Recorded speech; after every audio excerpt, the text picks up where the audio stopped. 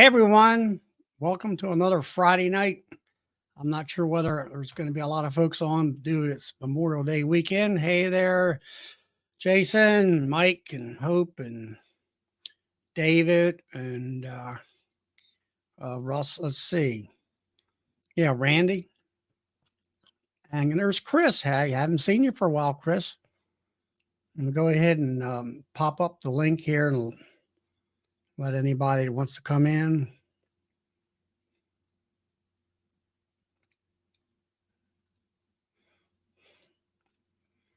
Yeah.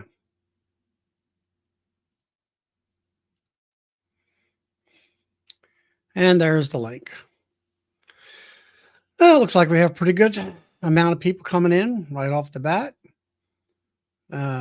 Chris has been busy, another swarm today, late in the season. And hey, Roy, and all that. So it's been finally the weather here in Maryland. It said it was going to rain all week, but it sprinkled yesterday for maybe an hour, if that. And other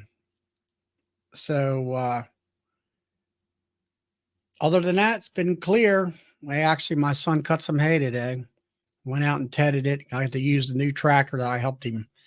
I put a down payment on it. Let's put it to you that way. Honeybee compounding. You got the tractor in the shed yet, huh? Yeah. I went out and tedded up some hay this afternoon for him.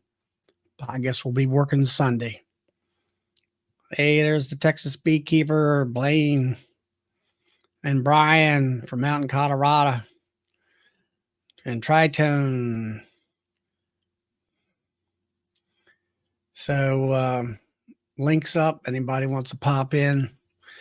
So anyway, about far as the back to the beekeeping part of it, went into the hives.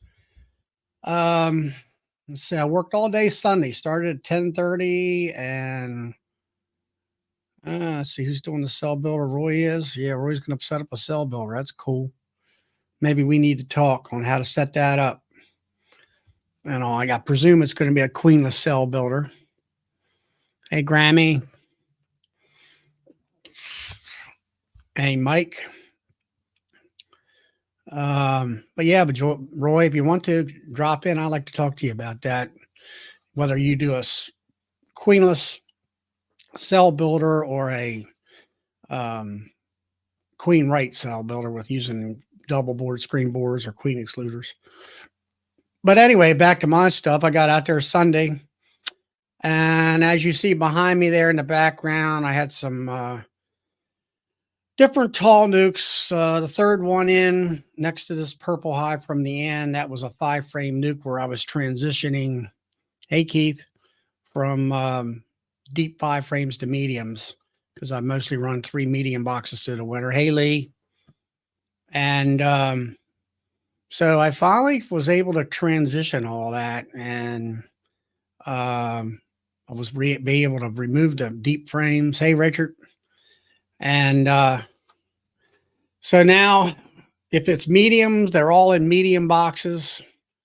And if they are the 5 deep hives that I'm trying out since I've got my hive lifter, they all have been demaried, where they got a queen excluder, a couple mediums, if not more, for supers, and then a deep hive on top. And there's Mr. Todd out in California. Hey, good to see you.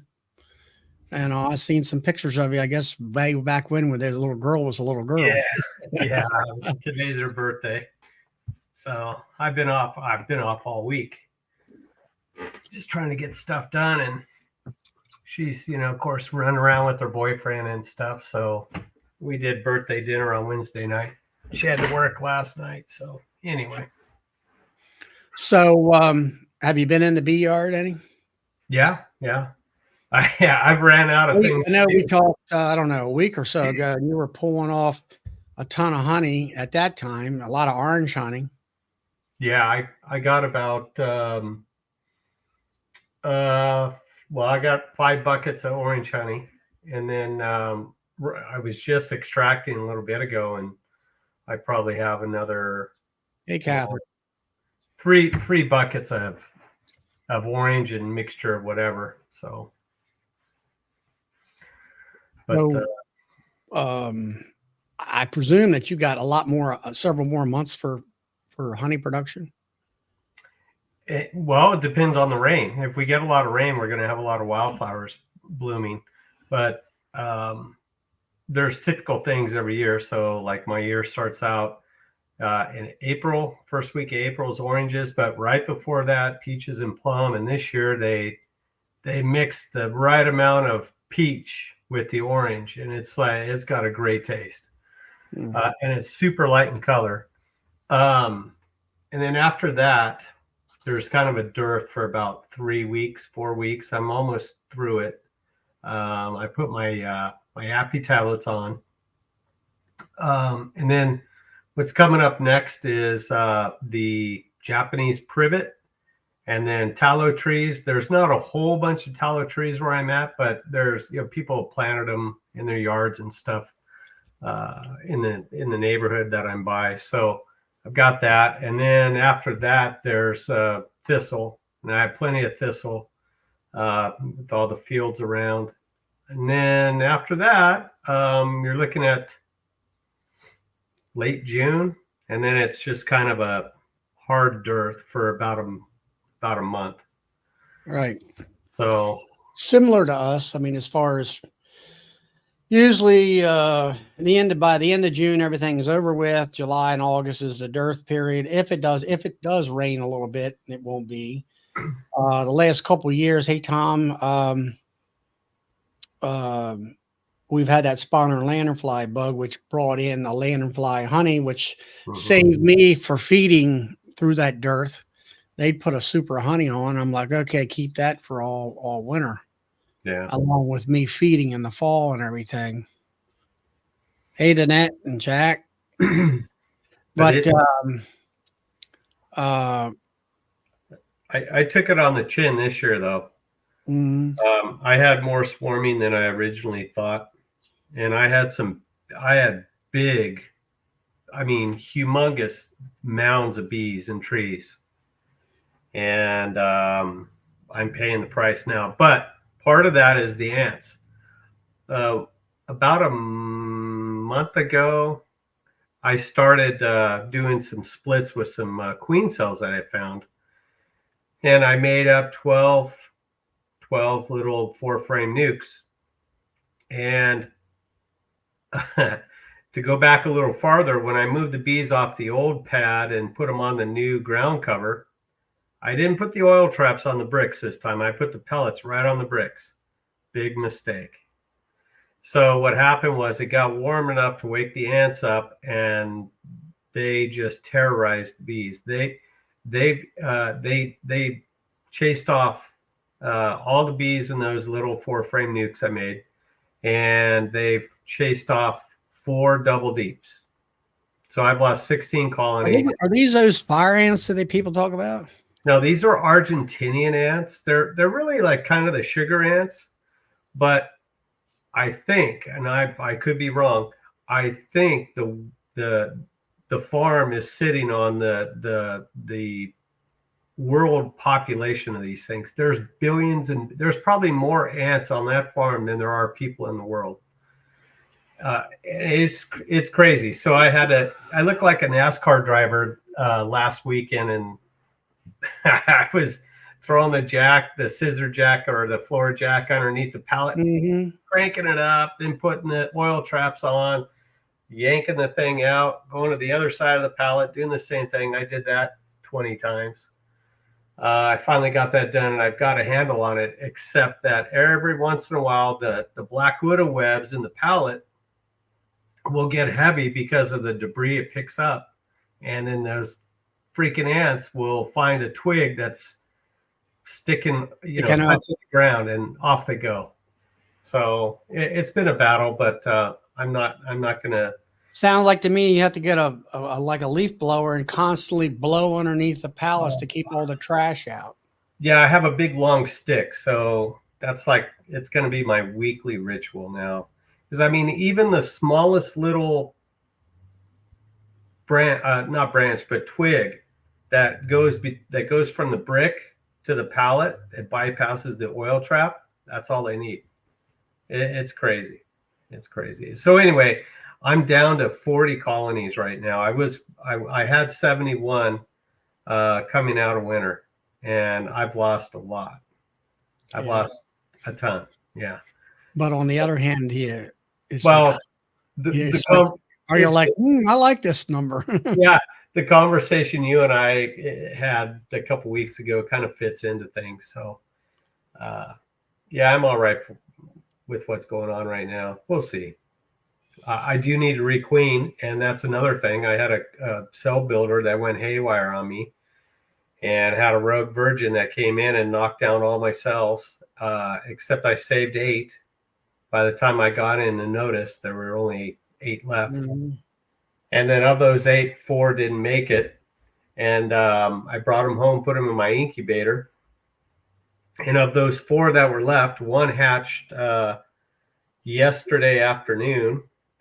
And then I had, I used the JZBZ cups, and you could peel off the cell and take a look in there. And so I did that. So I had 4 that were good. And when I went to bed last night, I checked them. I got up this morning and went down there at about 5:30 in the morning. The other 3 were dead. They got stuck in the cell. In the cocoon, yeah. Yeah, They do. and I what am I going to Yeah, do? I mean, that's one thing. I mean, since I kind of work at home, I can check them, Mm-hmm. morning, noon, and night, Yeah, or in the afternoon if I need be, if I know there's going to be closeness yeah. and all that stuff. But and all that. I'll So, try it again. I'll try it again in 2 weeks when the tallow and the privet flow starts. what And about grafting wise? yeah, I'll charge up a cell builder and get it going, and then see what happens. I need to change all those queens that are out there, except for a couple that I know are new New. queen. Yeah, Are you doing it once a year or twice a year? I'm going to do it every even numbered year. Hey, Bob. Hello. What's going on, guys? You look like you're tired. I'm always tired. Always tired. Been jarring up creamed honey, flavoring and jarring creamed honey, and doing a little bit of marketing on Facebook. Hey, Brad. So, other than that, still in dearth. Me too. Yeah. But so when you charge you've got a queenless cell builder, right? So, all right, you want to make it up and you want to, all right, what's your procedure on that? Are you doing that so many weeks ahead of time with brood in order to get the population there? That's my biggest downfall is population. So this year, this first cell builder I did happened to be a double that was just loaded with bees, and they had swarmed, and they couldn't make another queen. So I used that. But what I always do, and I have done for the last 3 years, I think it is, ever since Bob Binney's video came out on making a cell builder, you follow that to the T. And that's what I do. So day 1, you can watch a video, but day 1 is just building it. A lot of times I look at those videos and I got so many questions, He's really straightforward I think he's straightforward in all his videos, but this one in particular, because he really takes time to explain the steps. And so that's what I've been using for the last 3 years, and it works great. Is that the double screen model? No. Oh, yes. Yeah, I'm sorry. Yes. The double screen. Yeah. So you put the queenless portion on the bottom. The queen is on the top. The entrance is faced in the opposite direction. You put the grafts in there, and then I think it's 2 days later you switch it around and take the double screen fighter. You take it out, put an excluder in there, and then there you go. Now, I seen a guy in a video where, well, was that new young fella? I forget what his name is now. And he was doing the Bob Benny method. And then also I seen another video. It was, I tried to ask James about this. They were some club guy out in British Columbia. Basically, he put in a feeder, let's see, a frame of food, a frame of pollen, the grafting frame, and I didn't put any other frames in there, but he shook a bunch of nurse bees into that one box, which is a deep. To me, I would have put more comb in for them to be able to latch onto. But that's always been my problem is I keep adding brood in like a broodless hive, and they want to cover that brood, and you're taking their attention away from the grafting frame. So I'll tell you what modifications, and I think Bob said this in his video. When you build the queenless portion of it, you put in cap brood, except one frame is going to be open brood that stays in there just one night, and that keeps the nurse bees primed, keeps them working, so their pharyngeal glands are still working. And then the next day you take that frame out and you put your grafts in. But you have to, the thing, and I told Bob this last year, I said, shake in as many nurse bees from open brood frames you can. And then when you look at it and you think you got enough, shake more. Just shake. I mean, you can't put enough nurse bees in there. The other thing is, said put in, let's say you had 5 or 10 frames of cap brood, do this like 2 weeks ahead of time for them to all come out. No. Well, I mean, you could, but that's a long time. The thing is with the brood, you've seen the different colors of brood. When it's freshly laid, it's beige, real light. Brown stuff is what you want. You want that dark brood, dark reddish brown. That's like. And even if you see them a few of them starting to chew out, those are the best ones, right? Yeah. But yeah, if you get that color in there, whether they're emerging or not, they're going to emerge in the next couple of days. But when you're shaking in nurse bees off of open brood frames, that's gonna make up the difference until that brood, the other brood that you put in there, the cap brood, is hatched. Then you're on a roll. So the first round, as long as you have tons of bees in there, you're good to go. When you want to do more rounds, you have to make sure you replenish the cap brood and nurse bees and stuff like that. You just have to keep them young in there. And that's it. It really is. But Bob's video is really, really good on that. And that's what I followed. And like I said, this past time, this last one I did was a double nuke, a queenless double nuke that was loaded with bees. I put in frames of brood. I shook in nurse bees. And what got me was a freaking rogue virgin that somehow. Sometimes they're so small, they're even hard to tell from the nurse bees if there's one walking around in there. Well, I know I didn't shake one in there, and I know it didn't hatch because the numbers didn't add up. On day 12, that's when I noticed I got attacked. And there's no way in heck that I could have grafted a larva bigger than all the rest. I knew what I was looking for. So all I could think of was they were just letting anybody come in the door. And if it was a virgin, then hey. Well, they can tell when they're coming back from a mating flight, they can smell that hive. Oh yeah. And hey, Laura, she's actually bottling some honey there up at her house. And then there's Murray, be kind. I don't know whether I have not seen you, but welcome. If you're brand new to the chat, we're here every Friday night, except for next Friday. I won't be here. Oh, taking off and all. But Anyway, that's my story. I'm all done. Yeah, this year it's more of a rebuild for me, and I'll have enough, I think, resources next year where what I want to try to do is I'm going to bring brood up above a queen excluder on my five frame hives. Mm-hmm. And then I know I got nurse bees. Yeah. And then, I might try what Tom talked about in the chit chat there about shaking 8 frames of nurse bees. Oh, like I said, look at what you got when you're shaking bees, and then when you think you have enough, you don't. Shake some more. Shake 3 or 4 more frames. Like I said, you can't get enough nurse bees in there. Hey, Randy. John Hancock. You did mention a word though, resources. Because of all this downsizing, I have drawn comb coming out of my ears, and it's way too early for me to have extra drawn comb. So I'm going to be mothballing some pretty soon. I just don't know how much. Mamet's going to send me some of that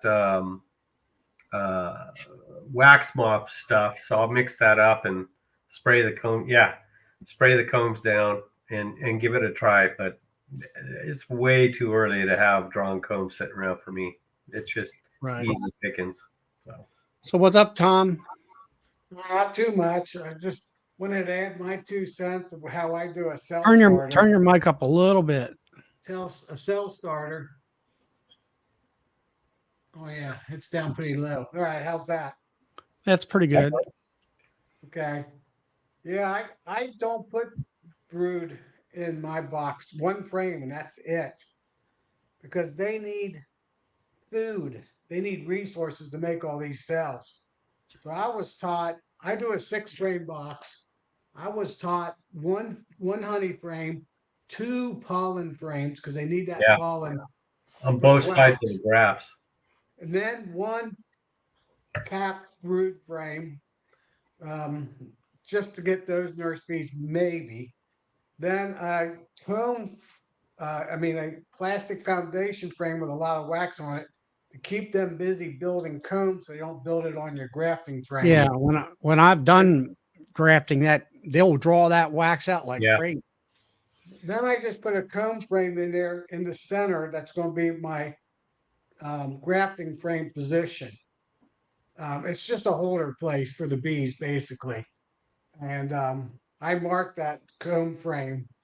Then I shake in on my 6 frame box at least 8 frames of nurse bees.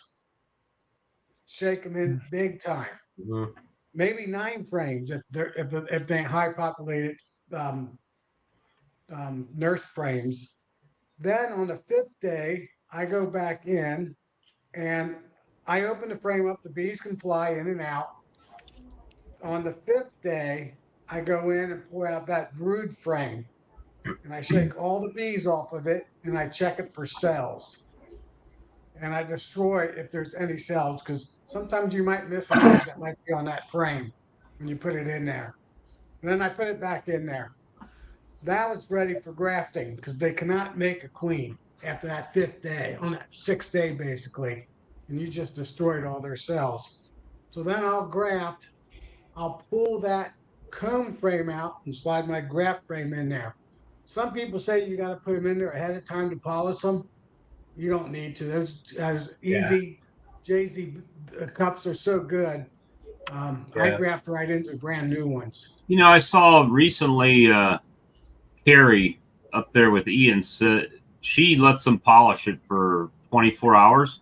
And she says she seems to have a much higher acceptance rate with letting them polish them out. I don't think it's needed, not with the easy cups. Then 4 days later, I pull that frame out that's been grafted and started, all their cells, and I'll move it to a queen right hive. But I set that queen white hive with a queen excluder between 2 double deep boxes, queens down at the bottom, and I moved some of the open brood up to the top box. And I'll leave a space and put that grafting frame right between the open brood. And they're cap those cells right up. to capping. And then after the 9th or 10th day, I'll take that frame out after it's capped and put them in the incubator after that stage. Right. The cell There's starter and the cell builder. there's so many different ways to do it. There really, Or you there can really use are. your cell starter to be the builder, but I've already had a row virgin queen fly in just like Todd just had. And if you'd have the cell builder, you won't have that issue. Well, you're only going to have that issue the first 4 days before you move the frame out. You know, some people say, well, put a an excluder down on the bottom and then put that first box down. Well, it's a virgin flying in there. It's still going to be able to fit through, Yeah.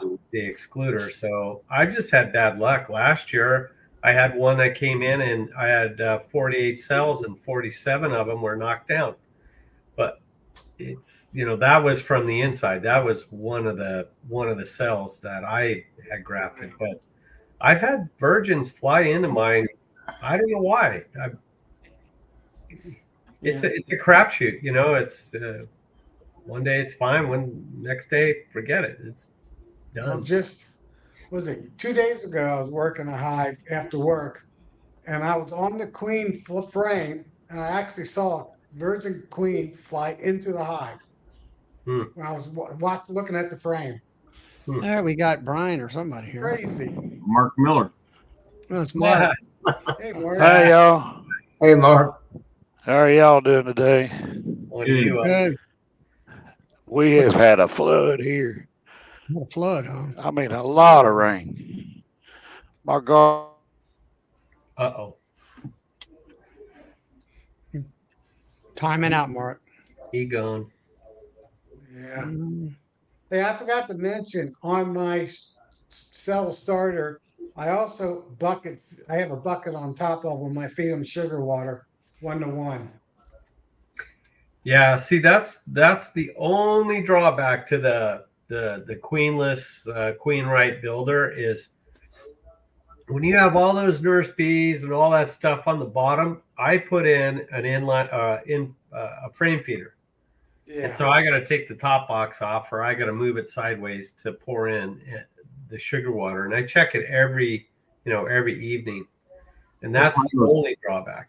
Licensed six framers work really well for those cell starters because they got that little top hide feeder that. Oh yeah. Then Wow. it did pretty well last year. So I built my 6 framer probably 5 or 6 years ago, and I cut a hole in the top for the bucket. What you to sit got? on. blueberry and lemon. Ooh, how's the lemon? It used way more powder than I thought it would. But you tasted it. Oh yeah, all the way through, right? Yeah, it tastes good, but it took like a whole bag just about. Yeah, of the it don't sell fast. And then the strawberry. So yeah, that's the difference between strawberry and blueberry, right? Nice. So hopefully it does well. I'm a fan of the lemon. So it's good. It'll sell quick. My lemon sold out fast. I always have people that'll see the post on Facebook. Oh, I want one of each, but then they never show up to come get it, right? Yeah. Hey, James. They order with their eyes. And Sandy and Rhonda. So, JW, what's happening? I know you worked late. What was it, last night in the bee yard? Yeah, I've been finishing up I'm like Ian Stepler. I'm more of a hive tool man. I'm sitting here watching Queen Cell Building 101. I'll leave that up to you experts because I'm more of a hive tool man. I spent the morning taking in my feral swarm traps. I had 10 of those out this year. I'm sick of them. I've had all the swarms I want. I hived my last feral swarm this morning. Brought in my swarm traps, and I spent the afternoon mowing my bee yards. So I've been at it about all. Well, I think he gets to the point where when you get a certain amount of hives, it's like you can make splits and do a lot of other things a lot easier than messing around with swarm traps. Yeah. But some people get entertainment with that. You know, they like that kind of stuff. Well, I do it for that. I do it strictly for entertainment reasons. See how many. Here's Mark again. We're back, are you, Mark? Yeah, I'm down here checking on some sales. Y'all got to talk about sales. And my partner, he sat down the other day, and I've been teaching him how to graft. And he did 80 grafts. So I'm down here today. That was Tuesday. So today's what, Friday? Yeah. Thursday, Friday. They're like 3 days old. So I'm Hey, just seeing how his very first take went. Hey, Mark, what are you grafting from? Do what? What are you grafting from? Who are you grafting from? What queen? This is from some the first picks that I got from Corey back. Okay. I don't know, the first part of the year. Oh, okay. Okay. They're out of Jill the Rippers, all I know. Huh. Oh, and these bees, our bees here, have been ill.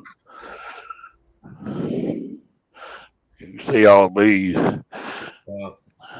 We've had so much rain; they have really been ill here lately. I don't know what the deal is. I'm gonna have to put some foundation in here because they're already starting to build.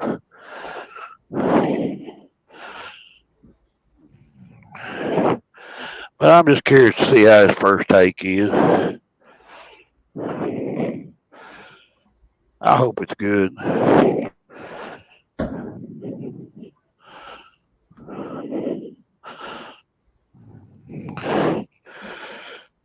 We'll go find out here.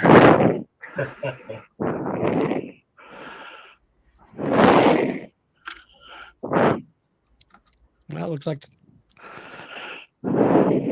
Oh yeah, look. Oh, wow. That. Pretty Nice. good for the first time ever. 3, 4, 5, 6, 7, 8, 9, 12, 13, 14, 15 out of 20. 1, 2, 3, 4, 5, 6, 7, 8, 9. Not quite as good that round, but that's pretty good for the very first time. That'll work. Yeah. Yeah, he did good. He spotted the larvae right off the bat that he needed, and he stayed with it. Of course, everything takes practice, right? The first round, first time I ever did it, I didn't make nothing.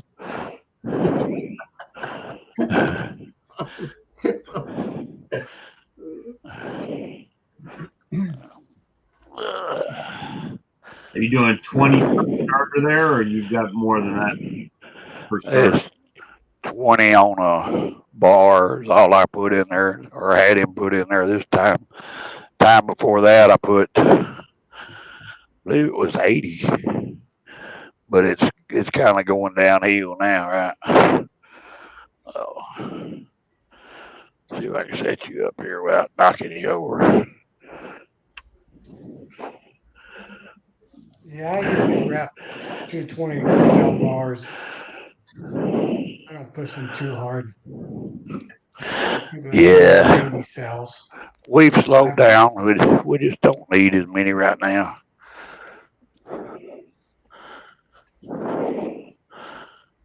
Next year I'll do more when I'm retired and I can sell to the public a little bit more.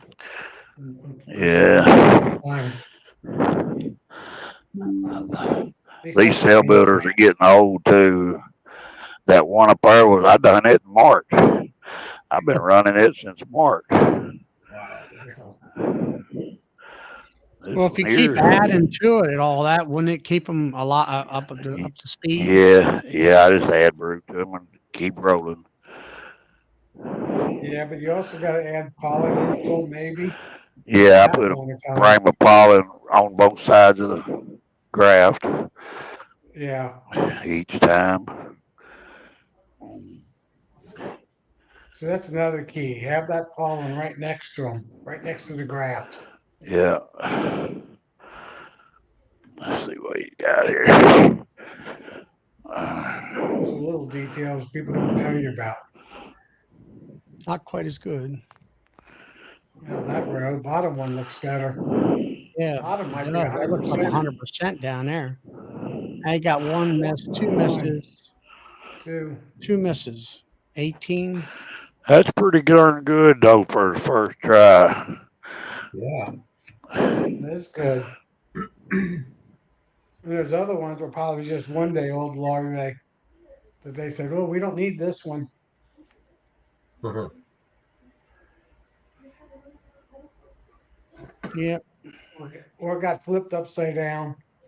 I do Yeah, that occasionally. I think he's Flip 'em up. froze. Yeah, he's got a bad connection down in his Yeah, garden. I don't think he has good internet area. So That's probably the JW, you biggest put all key. your swarm traps away, and you got 100 hives now, and you're done, right? I'm not like 100, but I got too many. I can tell you that. I give 14 last week to a friend to get rid of. So I went from 37 up to 60 some, and I'm back trying to get back down to at least 40 or less because that's way too many for an old man. Right. I'm Yeah, I at a agree good with you number there. right now, 41. I mean, just wooden wear alone will break you. Mm. On that. Tom, you said you're at 41? Yeah. I'm at 53 right now and trying to go downhill. So, have you been getting all them terrible storms out that way, JW? Not too bad. We haven't had. It's been really windy. You know, these I call them sod busters because I was a cattle farmer. You know, these sod busters keep taking out all the fence rows and fence rows and fence rows, and more they take out, the windier it gets. We're going to be like Kansas here in southern Illinois for very long. So We had a pretty good storm Thursday night. Had some straight line winds and knocked the electricity out for not almost 10 hours, 9.5 hours. But it didn't hurt me any because I have solar panels and they were hooked up to my refrigerator and freezer. So I didn't lose any food. And I yeah. had some lights in the house. Ours has Good. I just actually been got to test what thunderstorms. lights were on and what lights weren't on.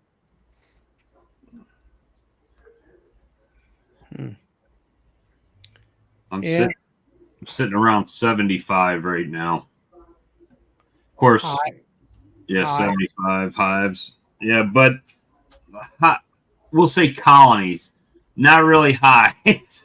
Some of them are small nukes, right? So, but we'll see what happens with these new queens in them.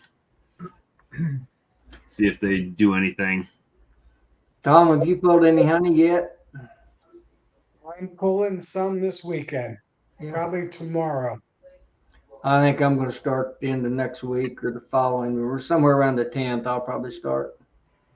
I'm just pulling probably just 20%, just a few boxes, because I think I need to add a couple boxes to a couple of my big ones. And I'm out of boxes. I've That's the first time ever I've run out of boxes. I've waxed 400 frames here in the last week or two. I thought I had enough supplies for 2 years, and I'm practically out. You know. But Mm. I'd like to hold off until July because the clover, I love the clover and the honey. It knocks the sweetness down a little bit and the flavor is really good. Yeah, we're full blown clover and alfalfa right now. Everything's blooming in my area. Most of your fruit trees and stuff's already starting to bear. My blackberries they're bearing now. The bloom's over for blackberries. We got Yeah. lots of.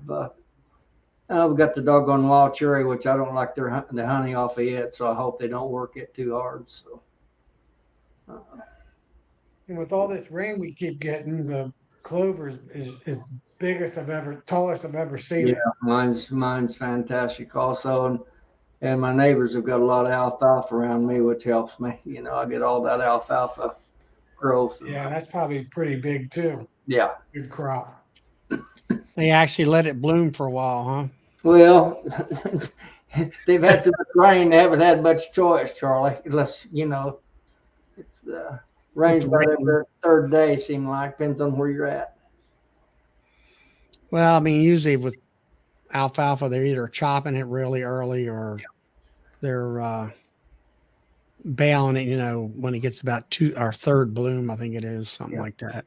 Everything's a little late around here this year because they've had, you know, it's just been not a lot of rain at once, but just rains about every third day, seems like.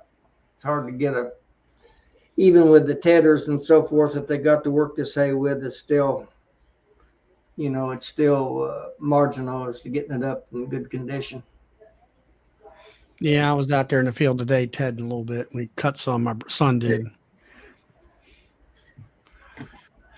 So what else you been doing, Bob? You know, you're doing honey and creamed honey and Our mimosa popped.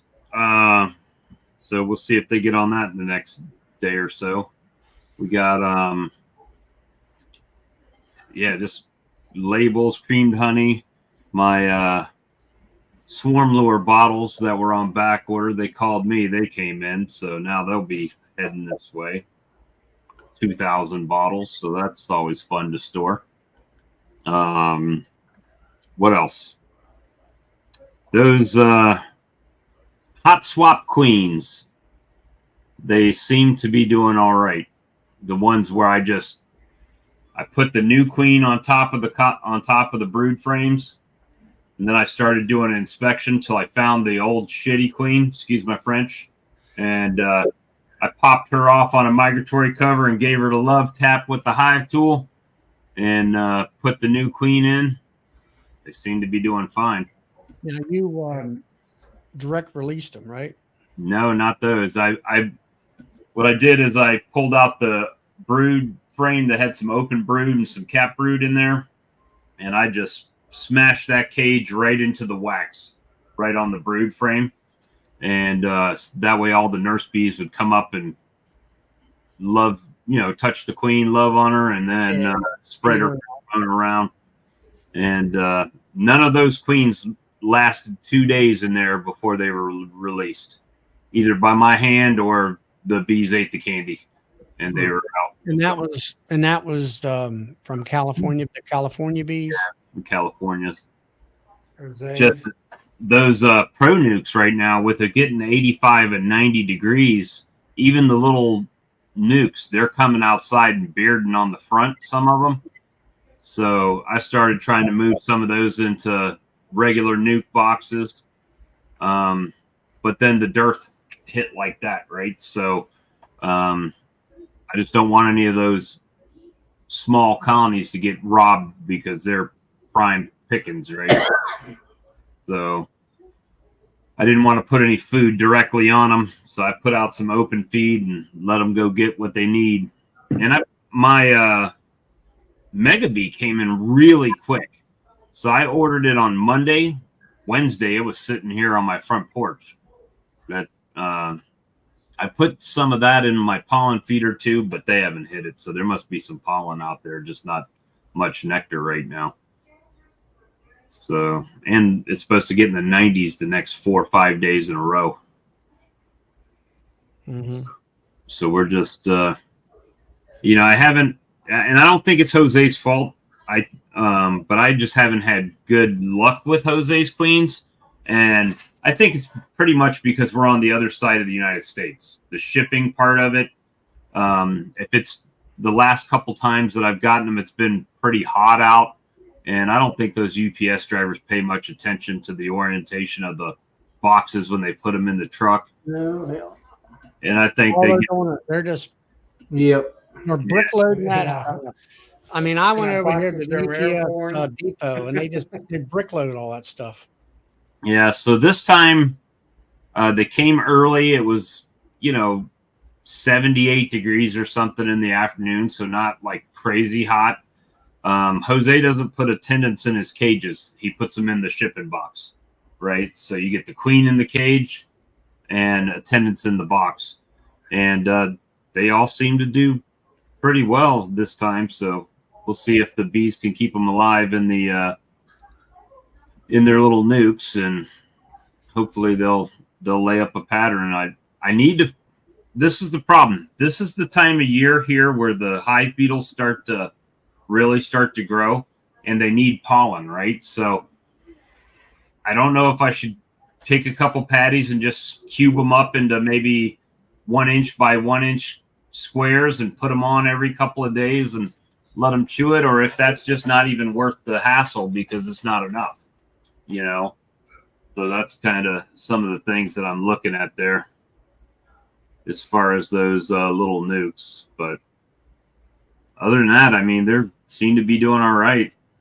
I mean, I haven't been back in them in a couple days, but Bob, you got pollen available, right? Your flowers and trees right now? Is there no pollen? well, I mean, typically if I put out a pollen tube and they don't hit it, there's something coming in, right? There you go, KW. You can help They probably don't. Rodney out I mean, there. He's they only probably about get 45 enough feet. pollen if it's around. It's just if they have enough forager bees to bring in what they need, right? Right. I Being think that I'm small, going I fast, got Charlie. Yeah, I ain't going no 45 feet unless he's got a man lift, Yeah. and then he can get in the man lift. I'll stand on the ground. You know, I got to say this. The guy that I always kind of complain about that only calls me when he needs help with something, never calls me about anything else. It's just, hey, what would you do if you did this? You know, that, and it's like random. He hadn't called me all season, and now yesterday I saw on his Facebook he had some scaffold on somebody's house to do a removal. And I told Todd and Brad, I said, I'll be getting a call tomorrow. Guaranteed calls coming.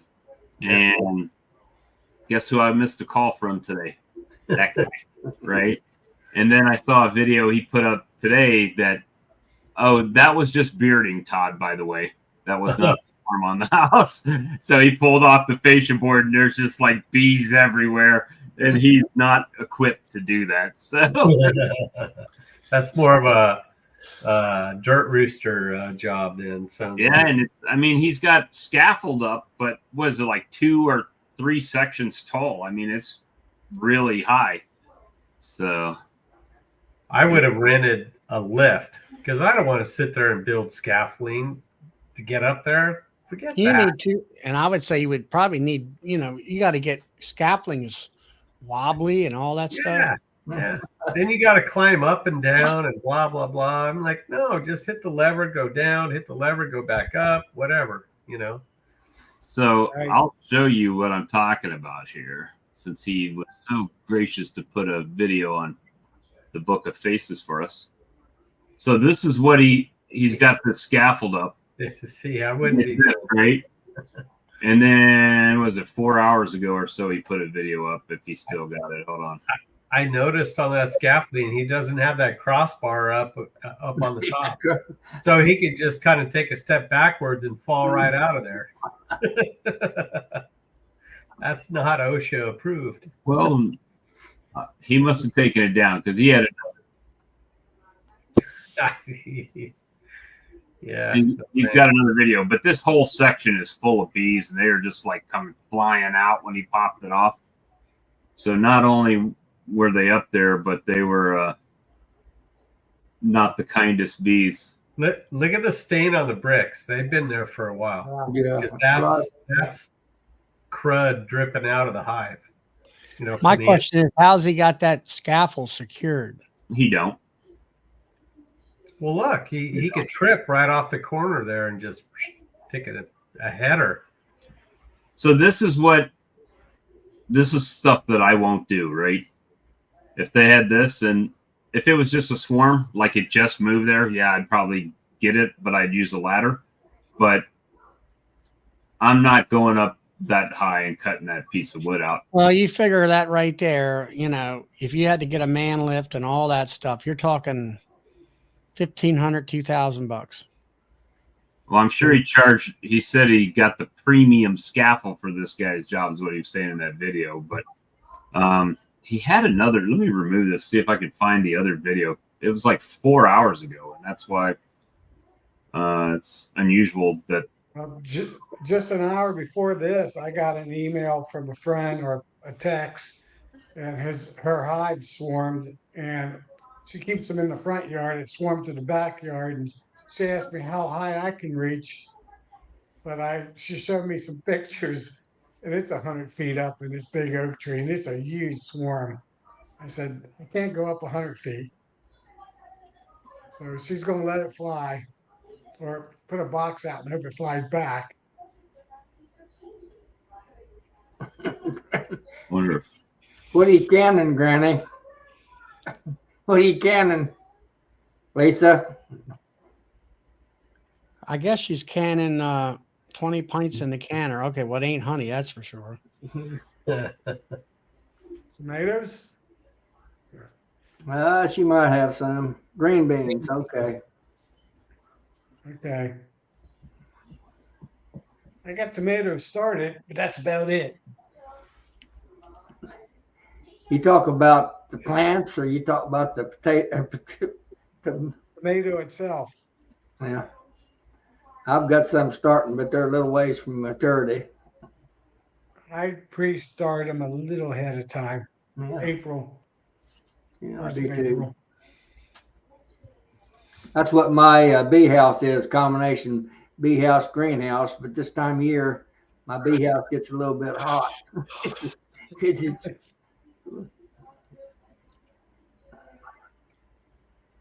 yeah, he must have took that video down.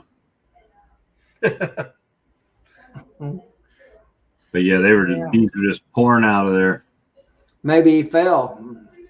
He took an extra step backwards and took a tumble. Hopefully they didn't drop that grafting frame. Nah, that's not for me. But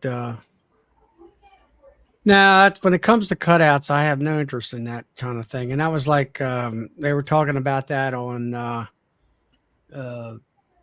let's see, Ricky's show last night, and about insurance, and then what the people expect you to do, whether like are you the carpenter to repair it all and all that stuff. Yeah. And forget that. I've You had know, something that you don't think about is, let's say you smoke them a little bit. Well, what happens when you set the house on fire? It might be $1 million house, you know, and all the suing and everything else. So you got to look at all that stuff too. I've had some people call me that friends had told them, oh yeah, I know someone, I know a beekeeper, and they call me. Where are the bees? Are the bees in a tree? Are they in a bush? What? No, they're in the wall. Well, I don't do that. No thanks. So you go on the website, go on the county website, and there's plenty of guys that'll tear your house apart to get some bees. That's not me. That's not my forte either. I'll Too get much, them out of sheds, too much maybe. liability in that kind of stuff, I think. Yeah. I mean, I understand if you like to do it. However, and you can make some money doing it too. So it's not all lost, but I've got 75 colonies. I'm kind of in the JW scope of things. I got more bees than I know what to do with right now. And it's like, if I wanted more bees, I could just go out there and make a split in 5 minutes, right? And all day going to do a cutout at somebody's house. So other than the customer service end of it, to where you're just, hoping that somebody get them out of the house and maybe not kill the bees, then The perfect guy for that job would be a carpenter who is like a hobby beekeeper. That would be perfect. Well, you figured Tim and Hannah, that would be perfect for them. Yeah. Because he's a carpenter. Yeah. He knows how to repair it, so he could walk in there and say, okay, yeah, I'll do the job where you remove the bees and do all the repair work and mud and put up paint and whatever for X amount of dollars, Mm-hmm. Well, I written usually take contract. 2 trips out when I go. Like if it's one that's not that tall and they're close by, I might do it. But first thing I tell them is, look, I'm not a carpenter. I'm a beekeeper. What I'm going to do is I'm going to cut this piece out and I'm going to get these bees. And then you're going to put this back. That's what I tell them. So, Just like Carl said there, it's hard to keep people happy anymore. yeah. That's true. They're not appreciative either. No, they are not. You know, I got a nephew out in Oklahoma. He stays busy almost full time doing cutouts.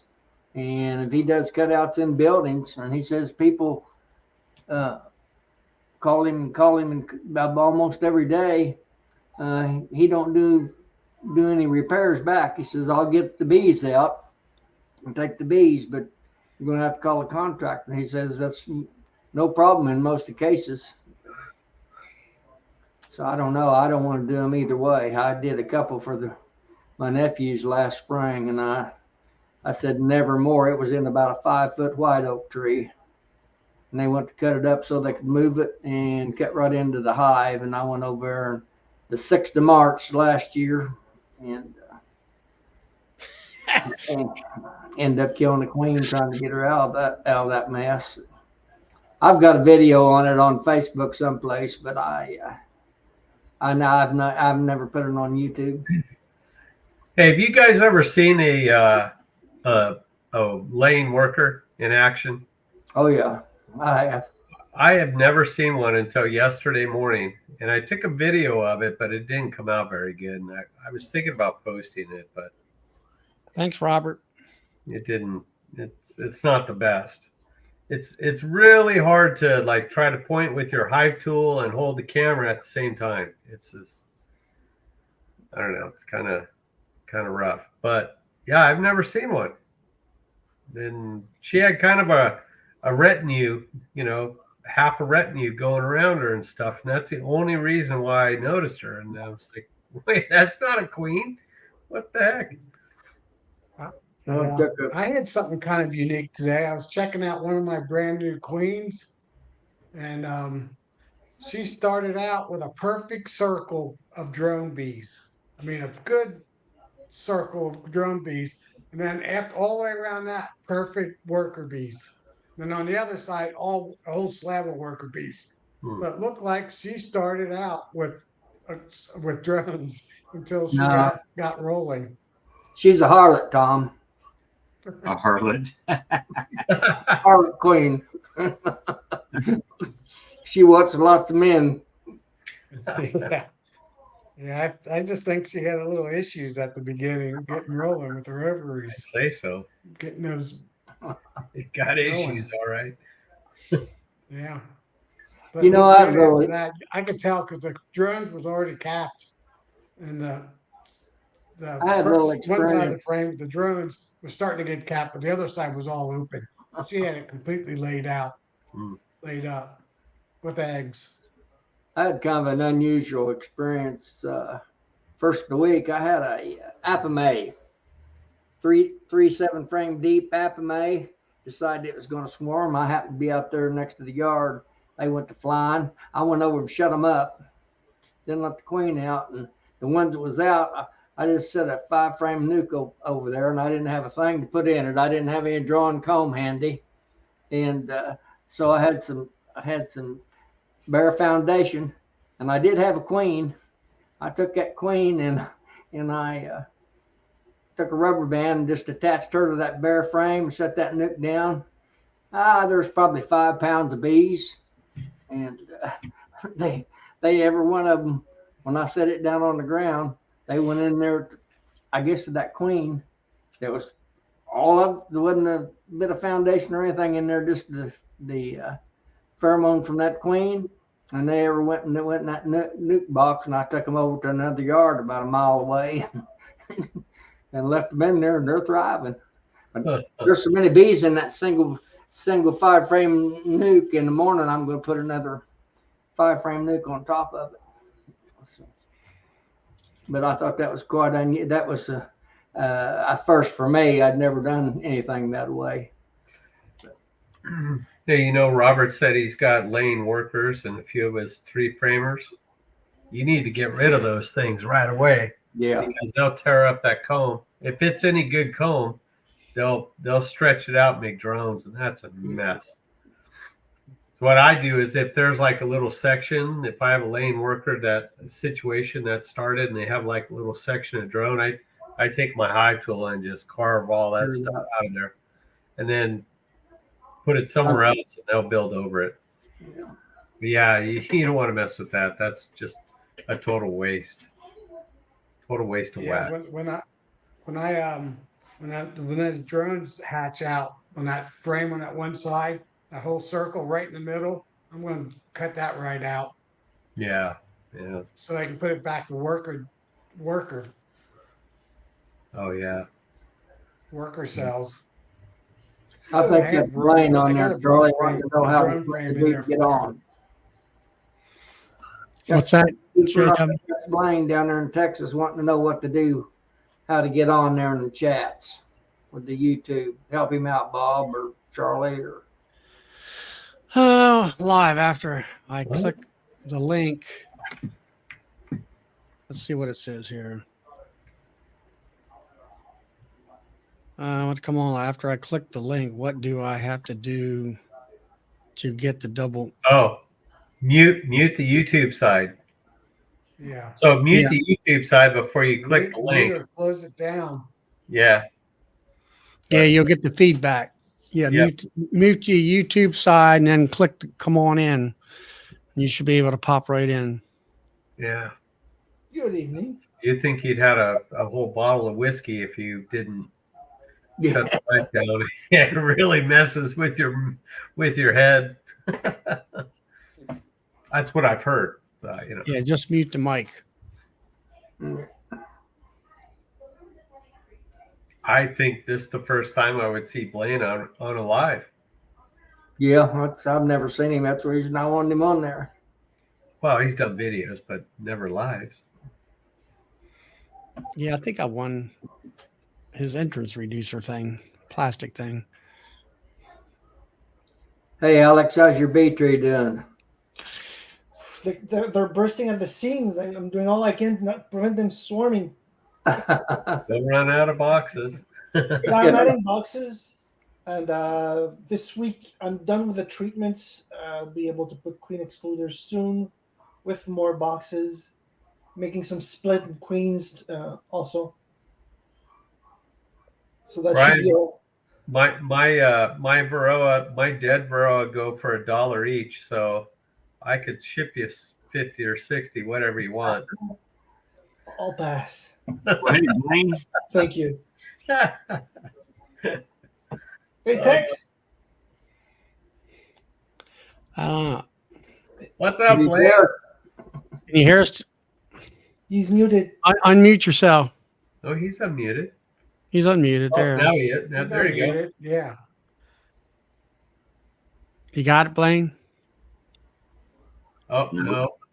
Is your mic, Is your microphone connected to your computer? or is it volume down? Is it volume down?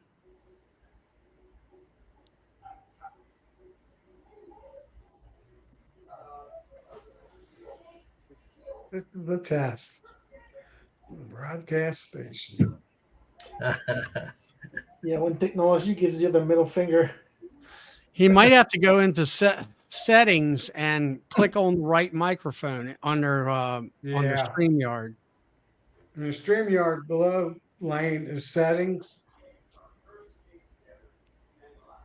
And in settings, you can go to audio and see what's selected.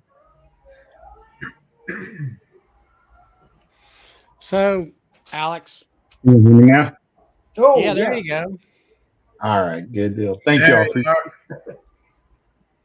We'll get you lined up there pretty soon, buddy. Blaine needs to change it to the king of sarcasm.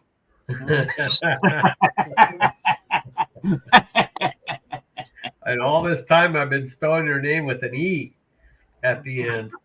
Oh, I don't care. I don't care either way. That's awesome. What you been up to, Blaine? Not much. I'm up in College Station for a queen rearing workshop. Nice. Texas A&M. Yes, sir. Awesome.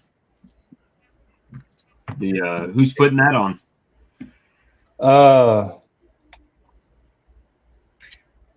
What's her name? Julia Rangel from Rangel, A&M. yeah, And Dr. then Sue Kobe's there also. She's going to do the instrumental insemination tomorrow.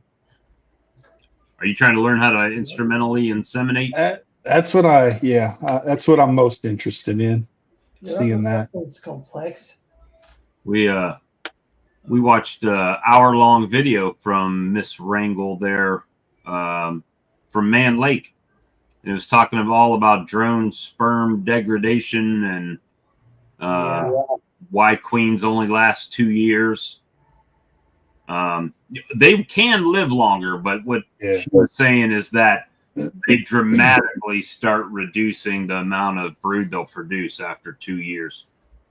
Really, from year 1 to year 2 is pretty dramatic, and then 2 to 3 is even.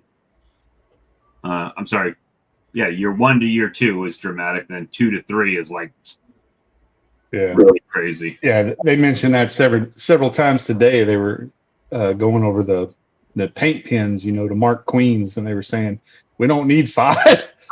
Queens don't last but a couple of years nowadays, so Yeah, we only need about 3.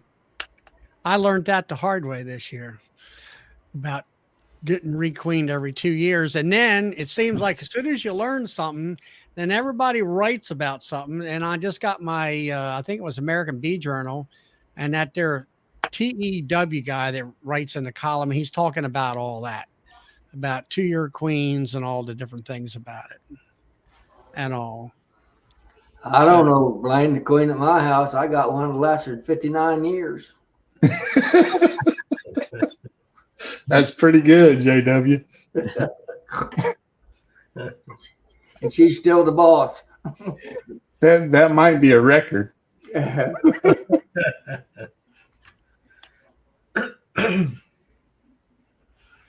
Hey, Blaine, do you have an ant problem down there or over there or back there?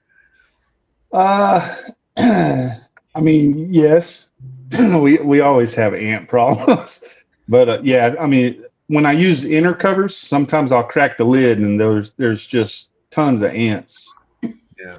In between the top and the inner cover. Do they get bad enough where they chase colonies out? I haven't actually seen that. No, every time I crack it, it's actually I only have probably 2 inner covers and maybe only 1 in use right now, and it's always on a strong hive. So but yeah, when I do, so the last one I just threw it on the ground and swapped it out with a migratory. Yeah. But yes, so far though, it's always been on a strong colony. Gee. The ants I have here chase hives away. It's crazy. Oh, really? Oh, yeah. Yeah. It's like I was saying the farm they're on is an organic farm. So they don't use anything, right?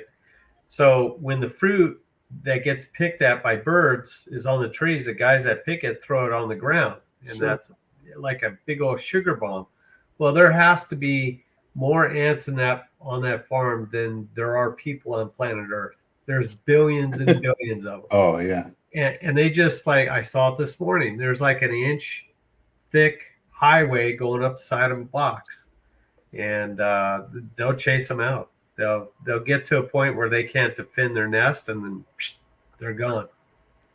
I've seen like Something you can put on underneath your hive, Todd, every year. Dementia earth or something. What I didn't hear you, Tom. Put something dementia or earth or something underneath your hives.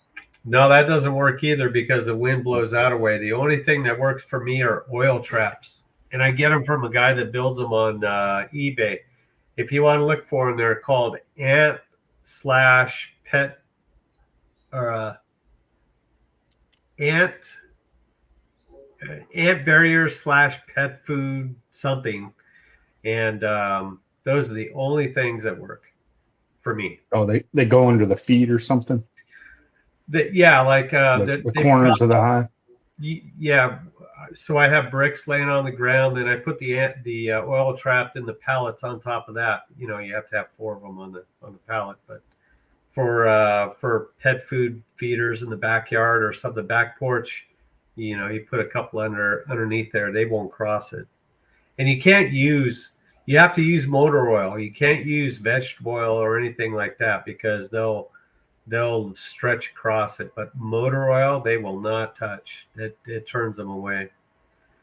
But yeah, they're terrible. They're really, really bad.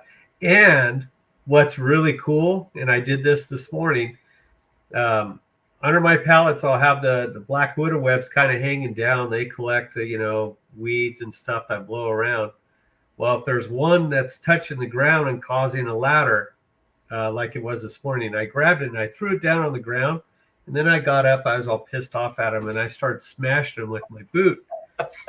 And no joke, when you smash those ants, the ingredient or their guts, their innards, create formic acid. Yeah.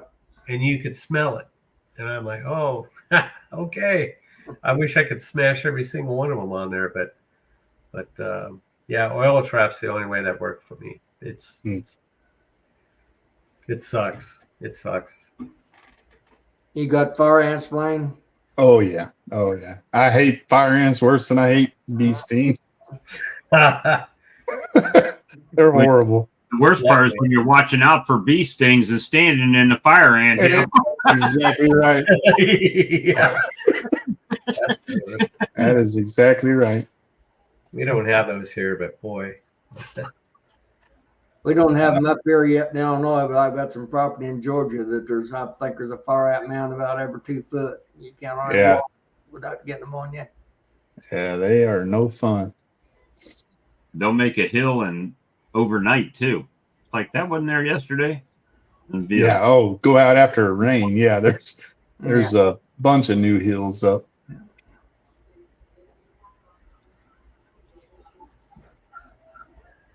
I think the ants that I have are called Argentinian ants. I think that's the name of them. They're really just sugar ants, those little teeny ones. Whereas we call them down here piss ants. Y'all call them that in Texas, Blaine? I have not ever called them piss ants. I like it though. I might have to from now on. So, is there any efficient way of killing them things? What? You can move them. They're hard to kill or easy to move. You spray out their mounds, Charlie, they'll just move over 4 feet and come up with there'll be another one come up. You can put some kind of spray down or whatever to kill them, take it back to the nest. I've seen these guys. They melt aluminum in a bucket and pour it down the hole and dig up. Oh yeah, that thing's kind of cool. It's those are neat. Yeah, those are awesome. It shows every single trail they have underground. It's pretty cool. All the tunnels. Yeah.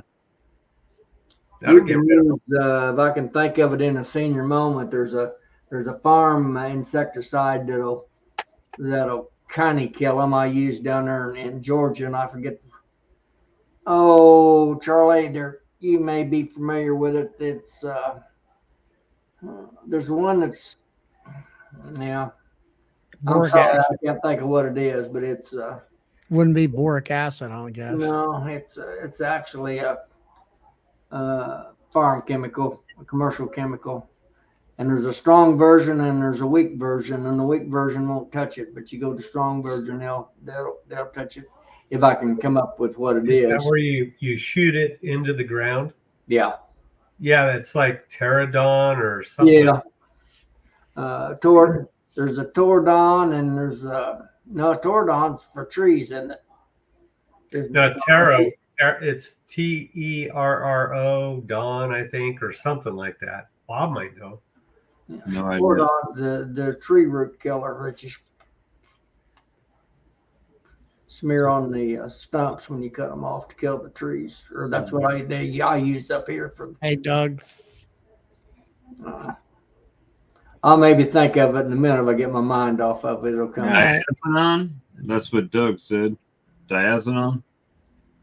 Yeah. That No, don't- it's taro something. Yeah.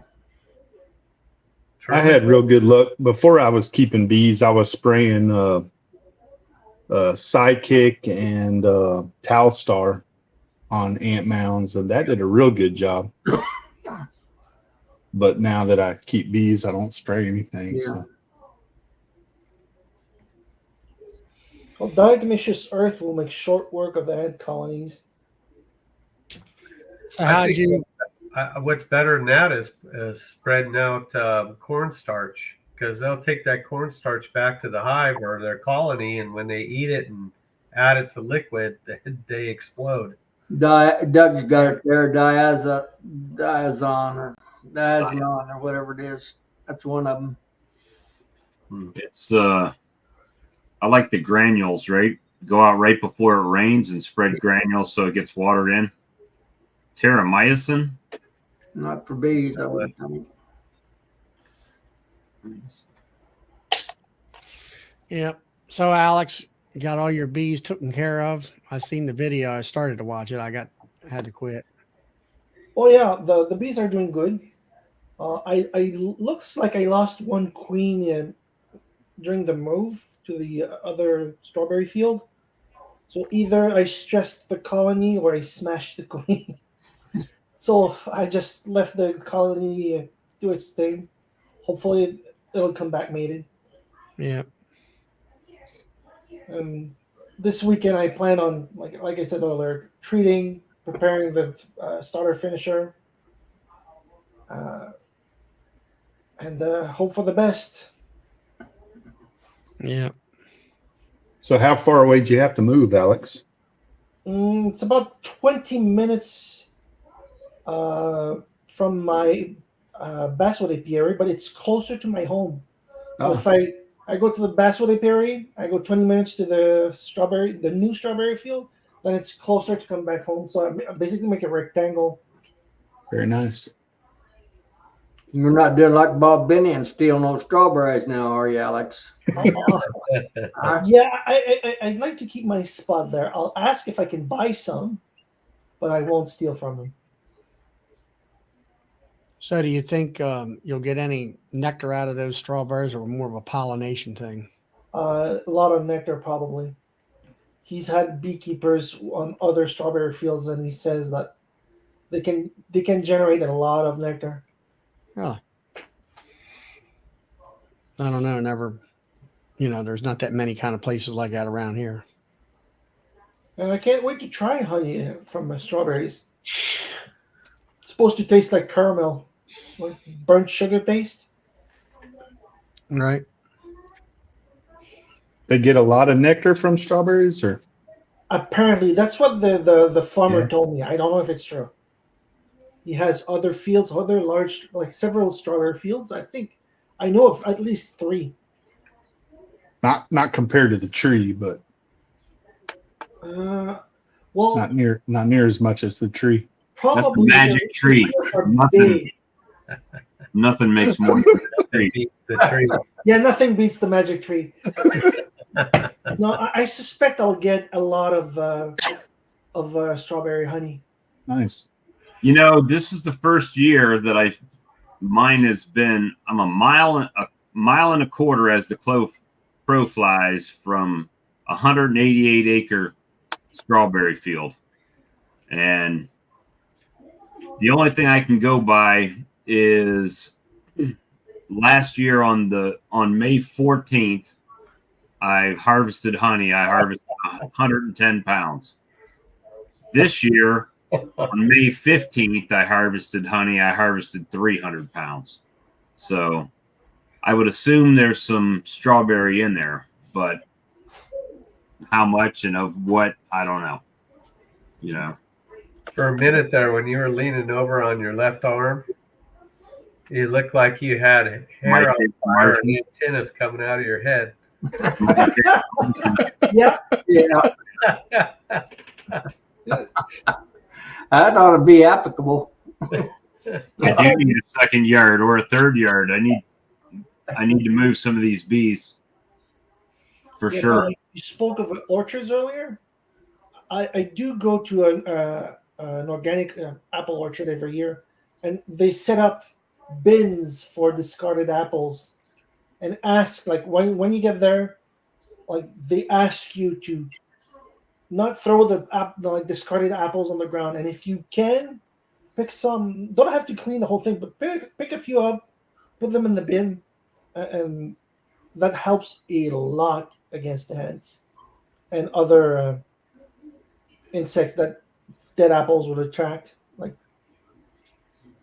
They'll really attract yellow jackets. I can tell you that. You take around these apple orchards, the discards. There's 10 jillion yellow jackets on them if you got a yellow jackets around. I've never noticed. Like I said, the orchard I go to is pretty well maintained by the public. They're generally respectful of the request of pick up the apple, so haven't seen a problem with insects over there. So, Bob, do you have all 75 of your hives at your place? They are there. Yeah. Yeah, I need to definitely need a spot, but I need a spot that, I mean, right now it wouldn't be that big a deal to go work bees at another location, but if I have to take a job on again, then it would be an issue, right? Getting around all the yards to do what I need to do. But yeah, right now it would be great to have where I could move, 20 in this yard, 20 in that yard, and keep 30 right here, and that'd work perfect. You could always, put a post out and be, be strict about where you accept it. Take something that's close by. Well, Sam told me that there's a nursery that he keeps some bees at, and they said we could bring more bees, so I could move some to the nursery. I don't know how good it is over there. I don't know anything about the area. Just Sam has some bees over there, and they sell trees and stuff like that. Right. But it's got some acreage. You won't know until you try, so try. Yeah, well, last time I did that with the chestnut orchard or chestnut grove. Now you sound like me. Didn't make it. Yeah. Well, you actually have more apiaries than me. I just actually do something with the produce and product that's created with mine. I guess the main thing is if they're bringing in plenty of nectar where they're at, then there's not really a big need to move them, right? Yeah, well, but if you're seeing them decline, then you might want to spread them out. I've never really had a great honey flow, right? I've always attributed that to where I'm starting at the beginning of the year.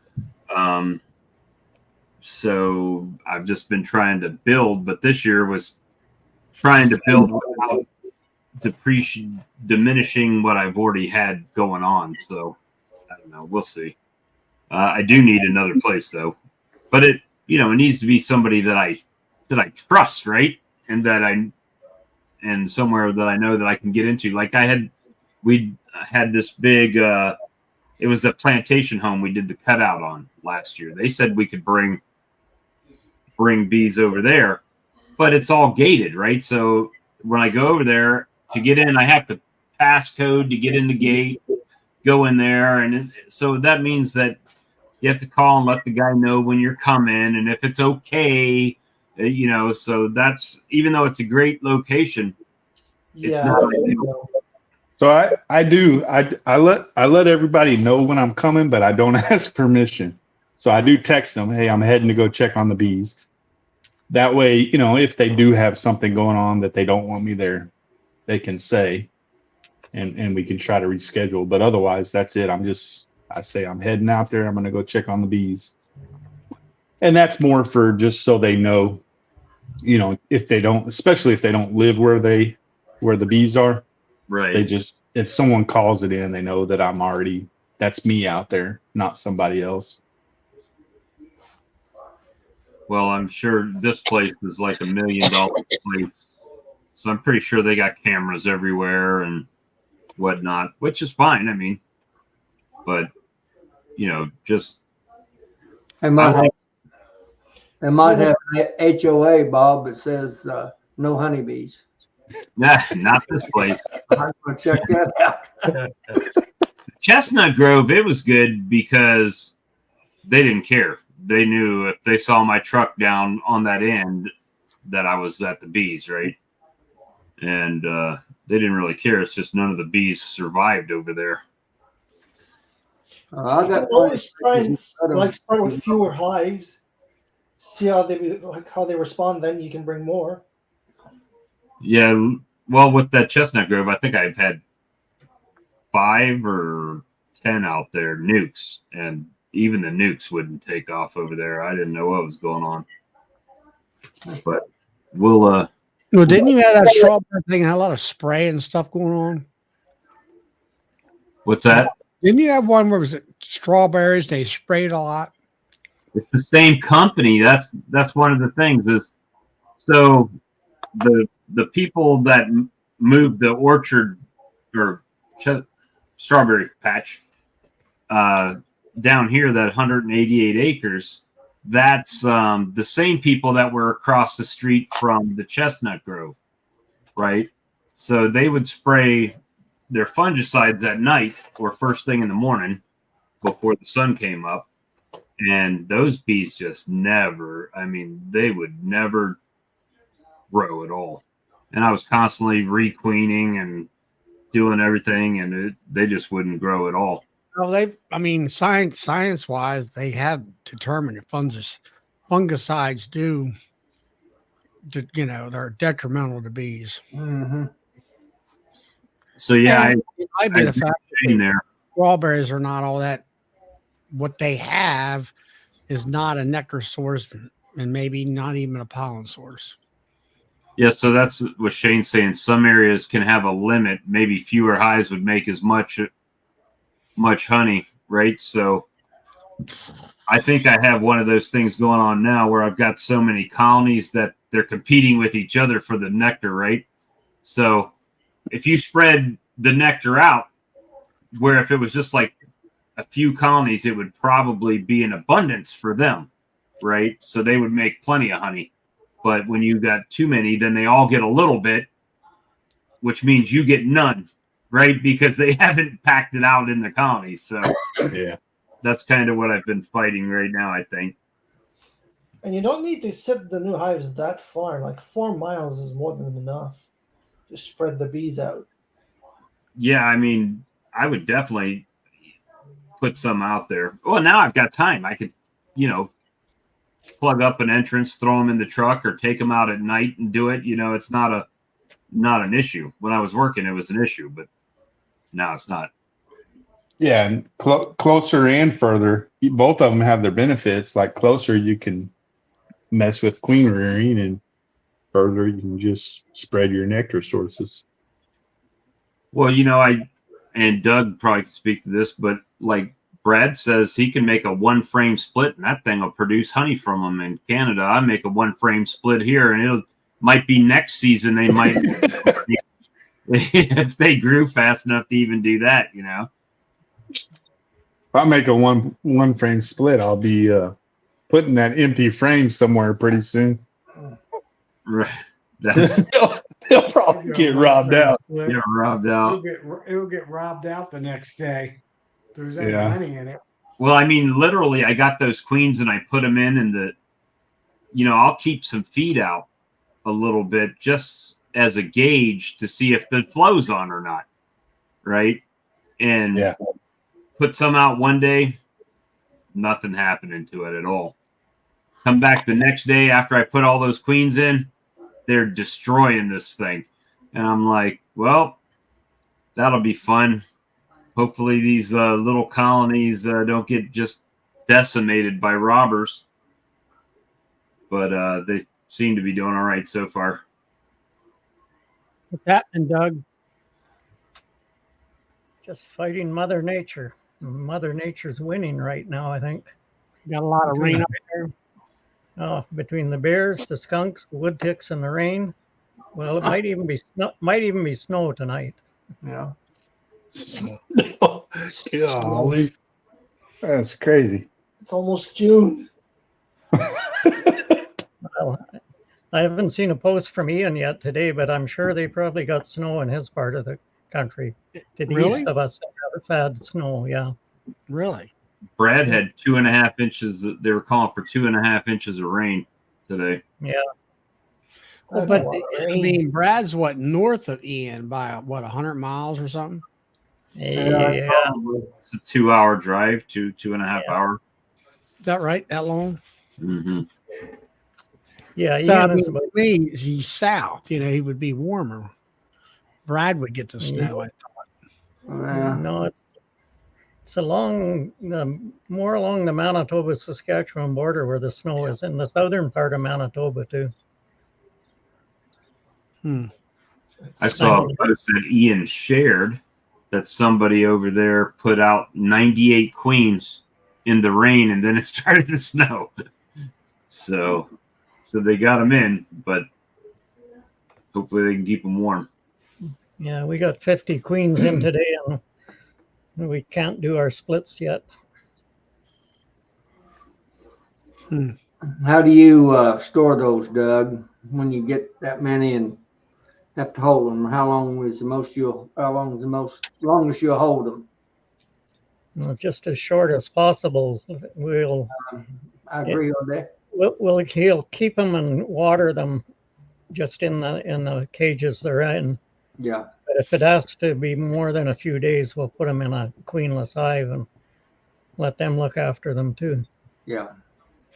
So when you put them like in a queenless hive, just lay them in the top on the, let's say on top of a queen excluder, and the bees will come up and feed them.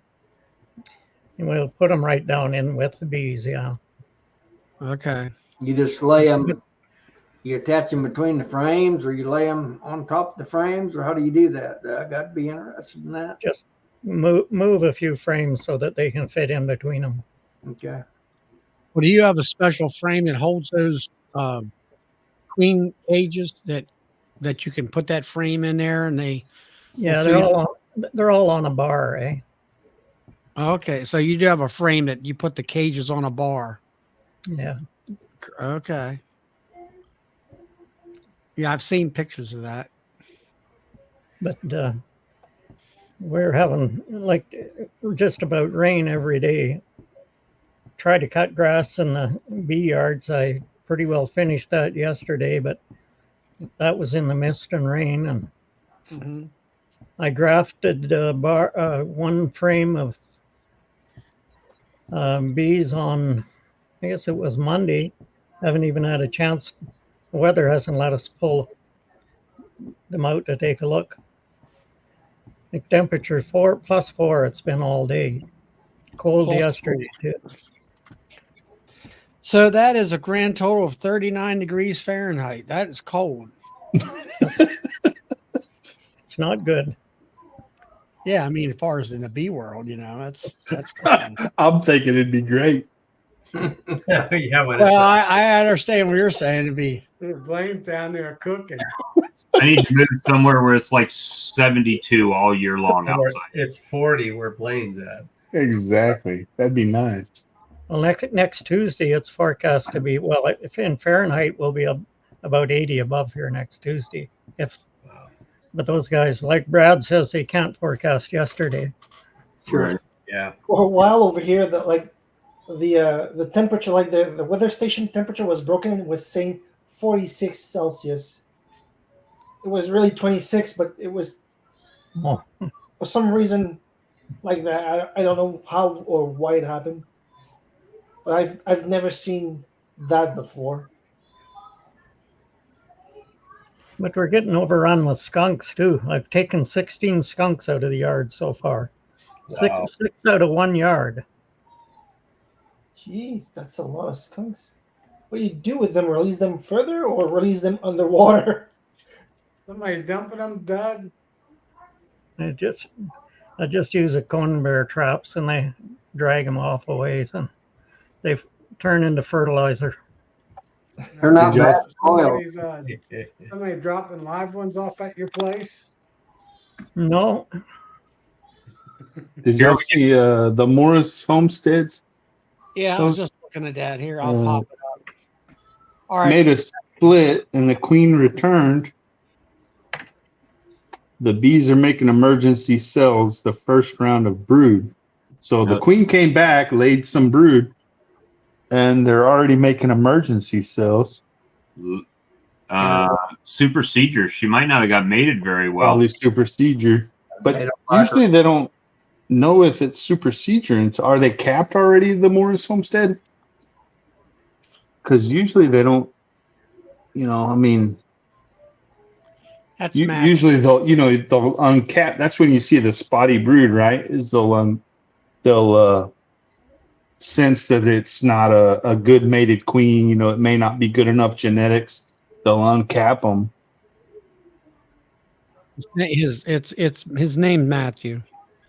Matthew is the Morris homestead. Okay. I think he's truck driving right now. No capped brood in there yet. That's interesting.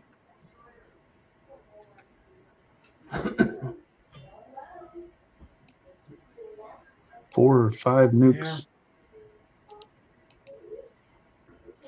I don't know. I mean, if she's mated, she ought to be laying up a storm. Yeah. Yeah, I've had that happen She's before. coming back mated and laying, and they're making queen cells. Is that correct?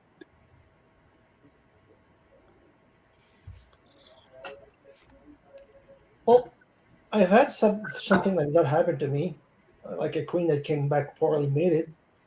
Well, that might be the case, but Yeah, but usually you see that after they're capped, right? yeah, it took a while. And maybe the bees see it before we do. I mean, that's a good point. Spotty. Okay, he says yes, that's correct. Oh, interesting. I'd say they just don't like her. Yeah, Don't like the queen. They're gonna replace her. I think I would let it play out. Yeah, usually we don't see it until they but see, pull they the can't find cappings, the queen. but they probably know before we do. But now, Maybe but I it's can't find the queen. They probably offed her Maybe- already.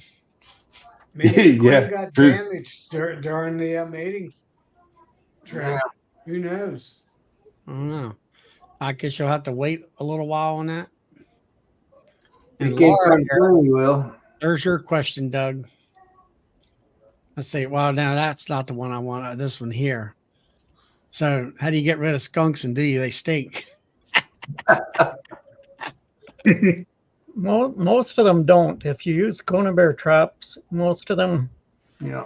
as long as you take them out the next day, if they get to swell and that, they'll start to leak. So, are these skunks? Now, you say when you do the conibear, that's the ones I use, like for groundhogs. You put them over the hole, and they come up and grab them around the neck. Yeah. But how do you set a trap like that for a skunk? He's walking into the hive area, and We make a wooden box that fits in the front of the box and bait behind. Yeah. What are you baiting with, Doug? Sardines. Okay, that's what I use too. I live trap them. You can tell that lady, Laura, you can live trap those skunks, but you want to cover them with just a sheet or something. They normally won't, but they will spray you. You want to cover them with something before you pick I up. think Doug had experience with that. We use some live traps too, Yeah. but they're a plastic trap. The skunk goes in, they can't see you, they don't spray, Yeah. but you can't get them out of there. It has a little hole in the back. I thought I could take my smoker and smoke them out, eh? Well, he should have died of lung cancer in there. I had put so much smoke in there. They still didn't come out. So you end up, you take the trap and you give a heave and he goes flying out. And by the time he hits the ground and gets his bearing, you got time to get out of range. Yeah. But My live traps, I just open them up, with them covered up, they'll usually go out, I've never had much luck getting them out. At least not you know, I don't want to sit there and wait for an hour for them to leave. Well, maybe I Guys, got I'm more gonna time on my head hands. on off. I got to ice my knee up. It locked up on me. All right, Tom, good to see Tom, you. have a good evening. Yeah, you too. Everybody be good. Finally get to Have a say good bye to you in Memorial Day person. weekend. Just take and get some bees and sir. have some bee therapy on that knee, and you'll be in good shape. Have a good I night. actually stig my knee about once a week. Okay. Very nice. Yeah, Do you, that and you takes the think it? pain You think out. it's helping? It usually lasts about 3 or 4 days. Very nice. The doctor, I just was at the doctor yesterday, and he goes, "How do you do this pain management?" I told him. He goes, he just shut up. So it works better than anything they give me. All right, everybody good. Hey, have a good weekend. Night. His bees are falling down on the job. If he came to my place, he could get stung daily. Yep. Yeah, there was a lady at a chiropractor's office that I go to a couple of years back. She was an older lady, and she had a lot of, like, I'll say, rheumatoid arthritis in her hands and stuff. And she'd go over to this one gal that had a bunch of bees, and she gets stung up quite a bit, and it worked for her. That's what she said anyway. So, Well, I asked if we have a varmint permit. I don't need one for skunks in this country. For bears, if we do take a bear out, we have to get a hold of a conservation officer and they come and pick them up. I'm lucky we don't have any bears around here. Raining down. I've been seeing, like, Ian, you see more electric fences on his videos and stuff. He seems to have more bear problems here lately or something. We never had bear in this country before. Really? And now, well, I did away with 3 here last weekend, and I've seen 5 more since then. Yeah, Bob Benny just had, like, was it a week ago or so? He had a bear problem. Well, see, now where he's at, that's sort of commonplace, Mm-hmm. you know. Yeah. But like where I'm at up in Maryland, if you say you've seen a bear, that was a big deal. It's a rarity, you know. Of course, when Yeah. I was growing up younger, if you seen a deer out in your hayfield, that was a big deal. Now you have herds of deer out there. Yeah. Yeah, we got the same thing. You can go out there and look, and there'll be 35 of them sitting out there looking at you. Yeah, you say you're seeing a deer around here, they'll call you a liar. Is that right? No Oh deer. yeah, right. Bear. Sorry, Oh, bear. bear. Yeah, well, plenty of deer, but yeah, bear. We just don't have them. We've never had them like this.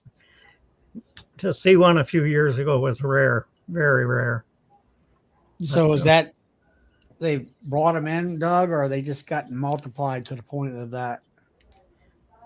I think what it is, Charlie, like we're seeing bear, we're seeing moose around, but there isn't people in the country anymore. Like the farms are so big, they're just isolation. So room for animals like this now, where there wasn't at one time. Right. Now, Sandy out there, Icy Mountain, she lives out there in the mountains of, Maryland and the Appalachian Mountains here. She's right close to West Virginia and all that. She's seen a 500-pounder out there last night, but not that way is pretty common, you know. That's a pretty good sized bear, I would say, and everything. Speaking of weather, Charlie, it's raining here right now. Is it? Yep. Well, you keep it. I don't need it for a Wasn't while. forecast. That's the way it is here. Richard We've says been getting Richard way says too much your rain. high is 18 inches off the ground, but when you have about 400 out there, Yeah. we're stacking them 7 high. That extra 18 inches, not much help. Mm-hmm. What's that? Where was this?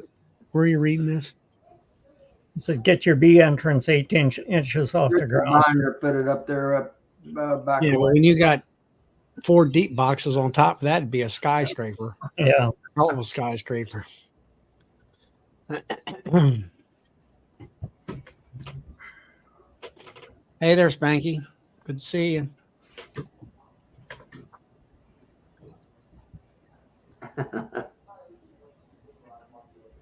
And all, but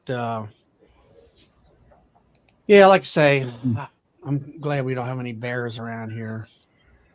That would be a nuisance. Happen to have Yeah. a electric fence, all that stuff. Yeah, what's worse, a bear or hive beetles? Huh? What's worse, a bear or hive beetles? Hive beetles don't destroy your equipment. That is true, right? Wax moths do though. Ants, Ants. killer ants. No problem, Matt. So what about Matt's? I mean, did we kind of answer that good enough for him? What do you think? If he can't find the queen, they must have gotten rid of her. Yeah. And they're making new cells. I basically said I would let them go ahead and replace them. Yeah. So let it go. That's all you can do, really. I mean, if you don't have a queen to introduce, then Could be old bees too. They'll get cranky and kill that queen no matter what. yeah, I that's stepped away. true. I don't know if you guys said that. Well, he talked like it was a virgin queen coming, mated queen coming back. That she had come back and started laying, and then they had already started making cells and killed her.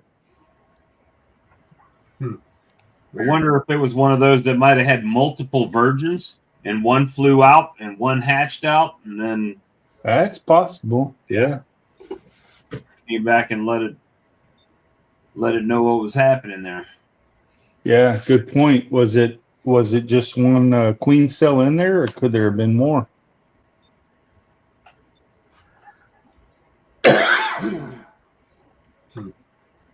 I know with these little nukes I made, it seemed like the ones that had a little bit of population in it sure could throw up a queen cell really quick. They could put it real quick.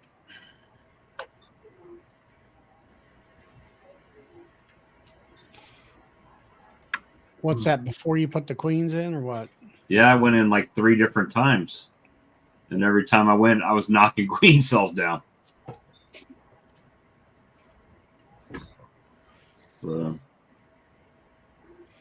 So how many queens did you get from Jose? 25. But those were 25 that he replaced from last summer solstice, right? So those were replacements. I bought them last year. So Gotcha. And you made 25 splits or well, I made 21 splits and replaced 4. Gotcha. Hive tool. Man. You spoke of the hive tool test this week, if I remember right. First time I've ever hive tool tested a queen. They're pretty splatterific. If you hit them, they will pop. That's your newest queen line, warm swarm lure. It was I don't know. I just heard people saying they've done hot swaps on queens before. Who was it? Randy Oliver. Somebody says they do it all the time. That they'll take a laying queen and swap laying queens. So yeah, Michael Palmer talks about it too. maybe that's it. As long as they're laying queens, it should be fine.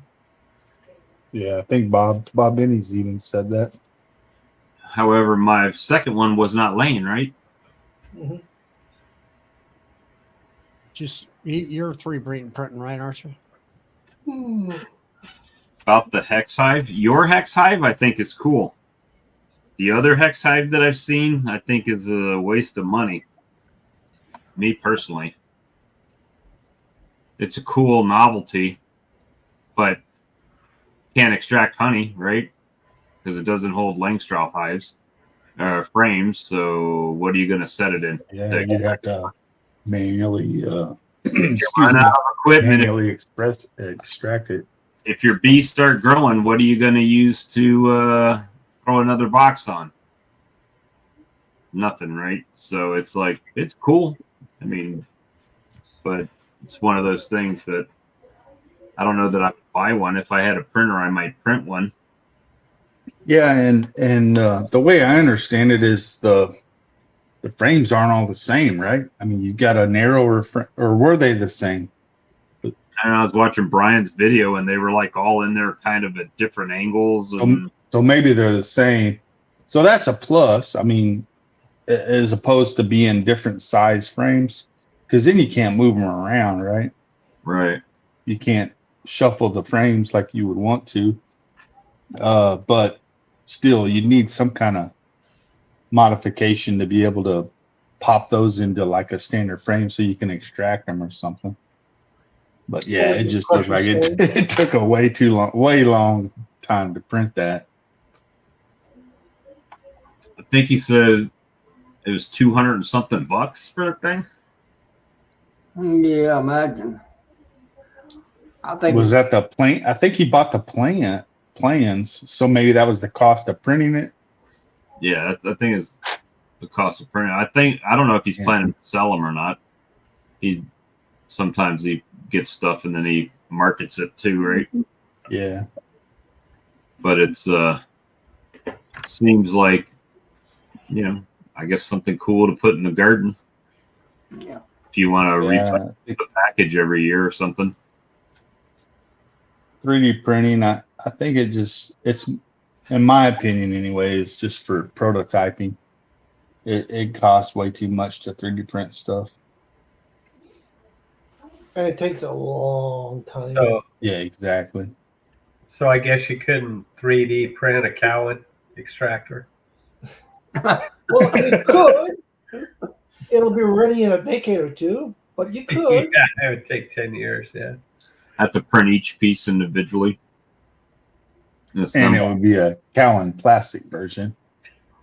I think Brian they do have mentioned that he had 15 rows of 15 coils of filament in that one hive that he printed. I don't know anything about that kind of stuff. If it don't shit and have a tail, I don't know too much about it.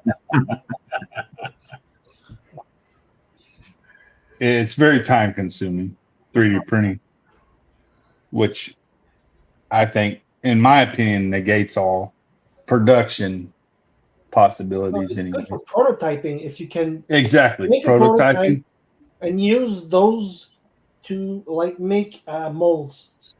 Then exactly. Yeah, if you want to injection mold stuff, yeah, that'd be the way to do it.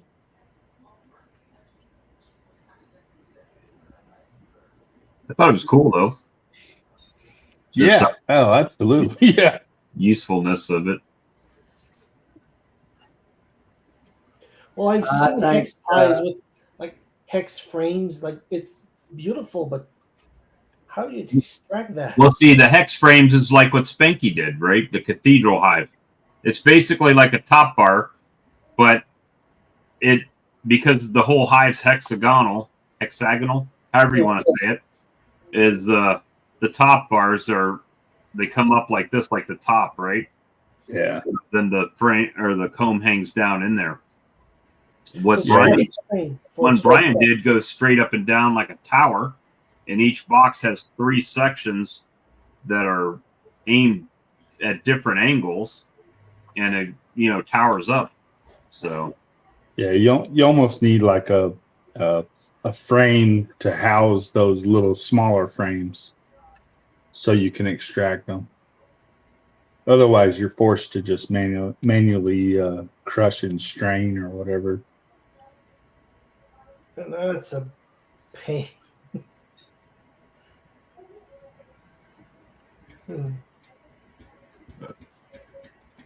Charlie, you got to work tomorrow? Yeah, a little bit. I'll probably have to work Sunday. The sun cut down hay today, and I headed it this afternoon.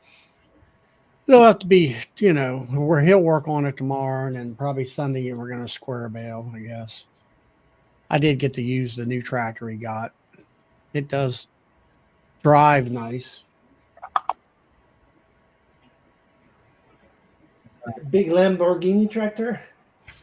Nah, it's a New Holland. Yeah. I don't know.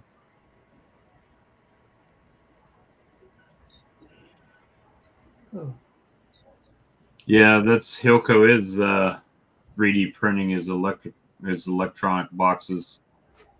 So it's In big. response to that, I think John's got a young boy that loves to 3D 3D print. stuff. Yeah, He's done most of it.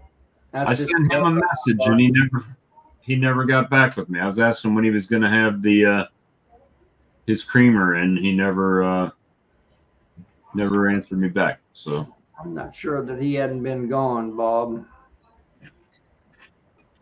he put out a video today about some new boxes they're doing.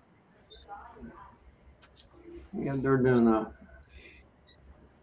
some kind of his no, Natalie, Chris Summers out there is in cahoots with him out there. Natalie Summers, the dad, is a Hilco rep now, I think.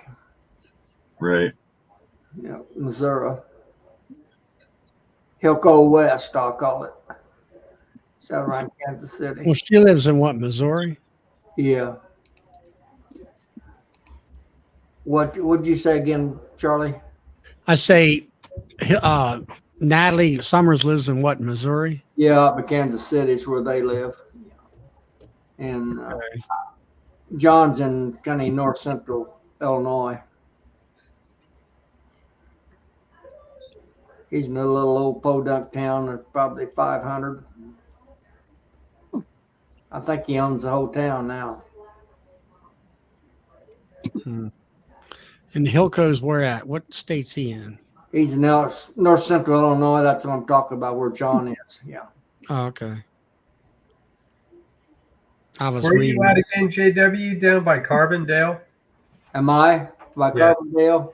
No, I'm north and east of Carbondale, about right at 100 miles. Oh, okay. And you're in what, Indiana? Is it Illinois. Illinois? Oh, yeah. Nah, don't come here. You know, don't ever come to Illinois. I mean, it's California Junior. Oh. If I didn't have property and family here, I sure wouldn't be here. I made a mistake. I moved back here about 16, 17 years ago. It was a big mistake. Where'd I you lived move in from? Missouri for a while. So Where'd you move from, JW? Georgia? No, I live in Florida. Florida? Yeah. Right up in the panhandle, right there on the Florida, Georgia, Alabama, where it all comes together. About 100 miles south of where Bruce Jenny is there in Alabama, is where I was at. Out on the coast. Then you got the heat and the bugs to deal with. Well, you got heat and bugs here too. Yeah, I've seen some videos about Oregon like forcing small farms to shut down for bogus reasons. What the hell's happening over there? We're at Oregon. They're Oregon. forcing small farms to close for shit reasons. It's our government. Oh, Yeah. basically government takeover for the farms. On the HEXX. crazy. Oh, man. Tired, Tom? What's that? Oh man, you sound Oh. tired. Tired. I've been on vacation. I work harder on vacation than I do when I go to work. I have 113 emails from work I haven't even looked at yet. I won't look at that until Tuesday morning. Yeah, don't do it, Todd. Don't do it. Yeah, when I go for vacation, like work is ignored completely. I don't know what it is, but this whole week I've been waking up at like 5:30 in the morning. Wednesday morning, No, Thursday morning, and I woke up at 4:30. I'm like, what the heck is going on here? I'm on vacation. Yeah, that's a guilt complex coming out, Todd. That's what that is. Then the bad part is I don't know what that's about. you'll oversleep your first day back to work. Yeah. That always happens to me. Wake up on time for work. I'll be closing my office door around 11 o'clock and check my eyelids for a little bit. Yeah. So, but I don't know, everything here at my place, I got everything lined up as far as all the medium boxes are all with the medium hives, and all the deeps were the deeps. And then I went out there Monday evening and into the nuke yard area and equalized a bunch of them so they wouldn't swarm. And then I had found 3 virgins here. I guess it was Sunday. I had 2 nukes that were queenless. I put the 2 virgins in there, and I had a spare virgin, so I put it in a little 2-frame mating box. And then the same day, I found one of my nukes that was queenless. And so you think I could find that virgin, that little 2-frame? I'm like, where are you at? You know. So I went ahead and just dumped the whole damn thing. I shake all the bees and the bees out of the box and everything in that thing. So I came back Monday after I got done with the nukes. I said, I'm going to go down there and see if I can't find that virgin, if she's even in there. And darn, I went through about frame number 4, and there she was walking around. I'm like, okay, we're good. So, That'd been like my luck, Charlie. I'd have killed her when I dumped her, probably. yeah, I didn't do that, but so I haven't been in there since then. They, I mean, a lot of the hives where I took off the deeps that were mixed in with the mediums because I was pulling out deep frames and stuff. I put on an additional medium super, or not super, but brood box, and where I checkerboarded all the drawn comb in there to make it feel like it's one big box as far as being, so they don't pour so much honey in there if there's anything coming in that much, along with adding supers and stuff. So I got, I won't have a great amount of honey, but for the ones that have just started out this year, they're giving me a little bit, and the ones that made it through the winter, all my requeening was pretty much a success that I can tell, and all that. So they're pouring the honey on for me pretty good. Charlie Matthews got another question there on the hive swarms. I could tell him a lot. Where are we at? Oh, there we are. After a hive swarms, how long should I wait until check if they have a new queen? Well, if that hive he's talking about, it's already got queen cells in there. It takes 16 days for her to hatch. And then she's going to be in that hive for 4 to 5 days, getting her exoskeleton hardened up, her wings dry, and then she'll go out and fly and get mated, hopefully within a day or 2, and then come back, and then she might start laying, I don't know, within a week or so. If she comes back, she might start laying 2 or 3 days later. So, it can be longer though. Last year when I made some queens, a few of them, like I think 2 took 2 weeks to start laying. Yeah. I never even looked for about 25 to 30 days. I just let them do their thing. Yep. All right, he's talking about a different hive that swarms. So I presume, Matt, that there were swarm cells in there. So I would say if the swarm cells were capped, they ought to be probably emerging anytime soon. So give it a couple weeks. That's what I would do. I do have a nuke in my nuke yard that I'm pretty sure I know what happens. I pulled a frame of brood out. And I'm pretty sure I shook the brood off pretty darn good. But obviously, I think the queen might have been on there. And I switched it over to this other hive that had a queen, but I think it was an old kind of a crappy queen. And anyway, this was a new girl, and I think they must have killed her. But that hive is taken off like gangbusters with that queen in there. And the other hive is big and I don't know, aggravated, I'll say, because of no queen. So I went and threw a frame of eggs in there, and I'm just gonna let it play out for. It's early enough; they can let it play out for a month, and I should have a laying queen in there and everything. So I won't mess with it, and I could buy a queen, but I just let it go. I'm doing any grafting this year, Charlie. No, I don't really have enough resources to do that. With everything done, I sold the nukes. Earlier this month or a half ago. Some of those were requeened themselves, and then I requeened all of them, and they're building back. And then I requeened all my honey production hives, along with getting the nukes in, and it's more of a built-up situation where the queens are in good production and making a lot of brood for me and everything. And then I've tried to add, at least if there anything that has any kind of strength about them, I've given them a one box of or a honey super, see if they will make me anything,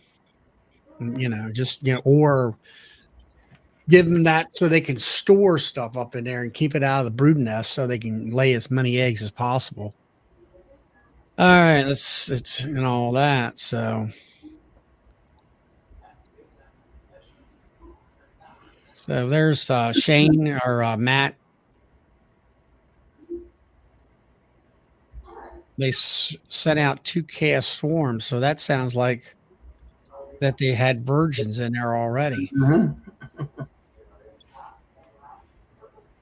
And I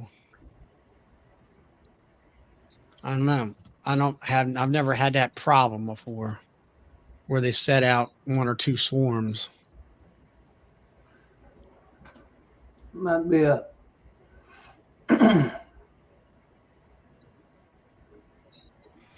So I don't know, Doug. Yeah, maybe I maybe I could, try to pull some brood and set up a queenless mating box. But I don't know. Everything is in good shape right now. I figured I'd just let it play out, try to build things back up, and then do all that kind of stuff next year.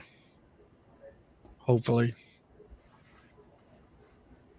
Seemed like I was talking to a friend of mine that does queen rearing and all, and he's had an issue of getting these queens mated. He's making all kinds of cells, but getting, to sell mated queens, he's had issues of, I guess, getting the queens to come back or whatever. I don't know. well, Might be a good time to learn to use artificial insemination. I don't know. But he had some, I liked, he's working these bees with nothing on. And I'm like, I want to get some of those genetics where it's nice and it's that calm. And all. Mine are okay unless they're queenless, where they get ultra defensive. But otherwise, I have no issue beekeeping with just. Yeah, I did see you. You're kind of emulating Brad there with shorts on in that video. I said, "Boy, all Yeah, the new until Canadian beekeepers one must of have-" one of my hives swarmed, so they were queenless, and the second I opened that box, boy, did they light me up! Oh God! Well, I split the hive in 2, so I'll get 2 out of those. But yeah, otherwise they're not extremely gentle like say Paul Kelly's at the University of Guelph. Those bees are insanely calm. I'd love to have that. I think those are Buckfast specials, aren't they? Most of the Yeah, they are, and they're raised on Tor Island, which is in the nearby lake. I Yeah, looked it he's up. got something that nobody else has, where he can control the mating area. And yeah. Yeah, his he had queens the are people, the pricey, farmer, he was saying the farmers that live there on the island, they became beekeepers now and such so much farming, and do all this stuff for them. I guess they get paid for it, I guess. Yeah, but his queens, I raised on Tor Island, they're $90 each. Really. Yeah, Canadian money. So remove about 30% for USD, but it's $90 Canadian, so that's what, $50 American?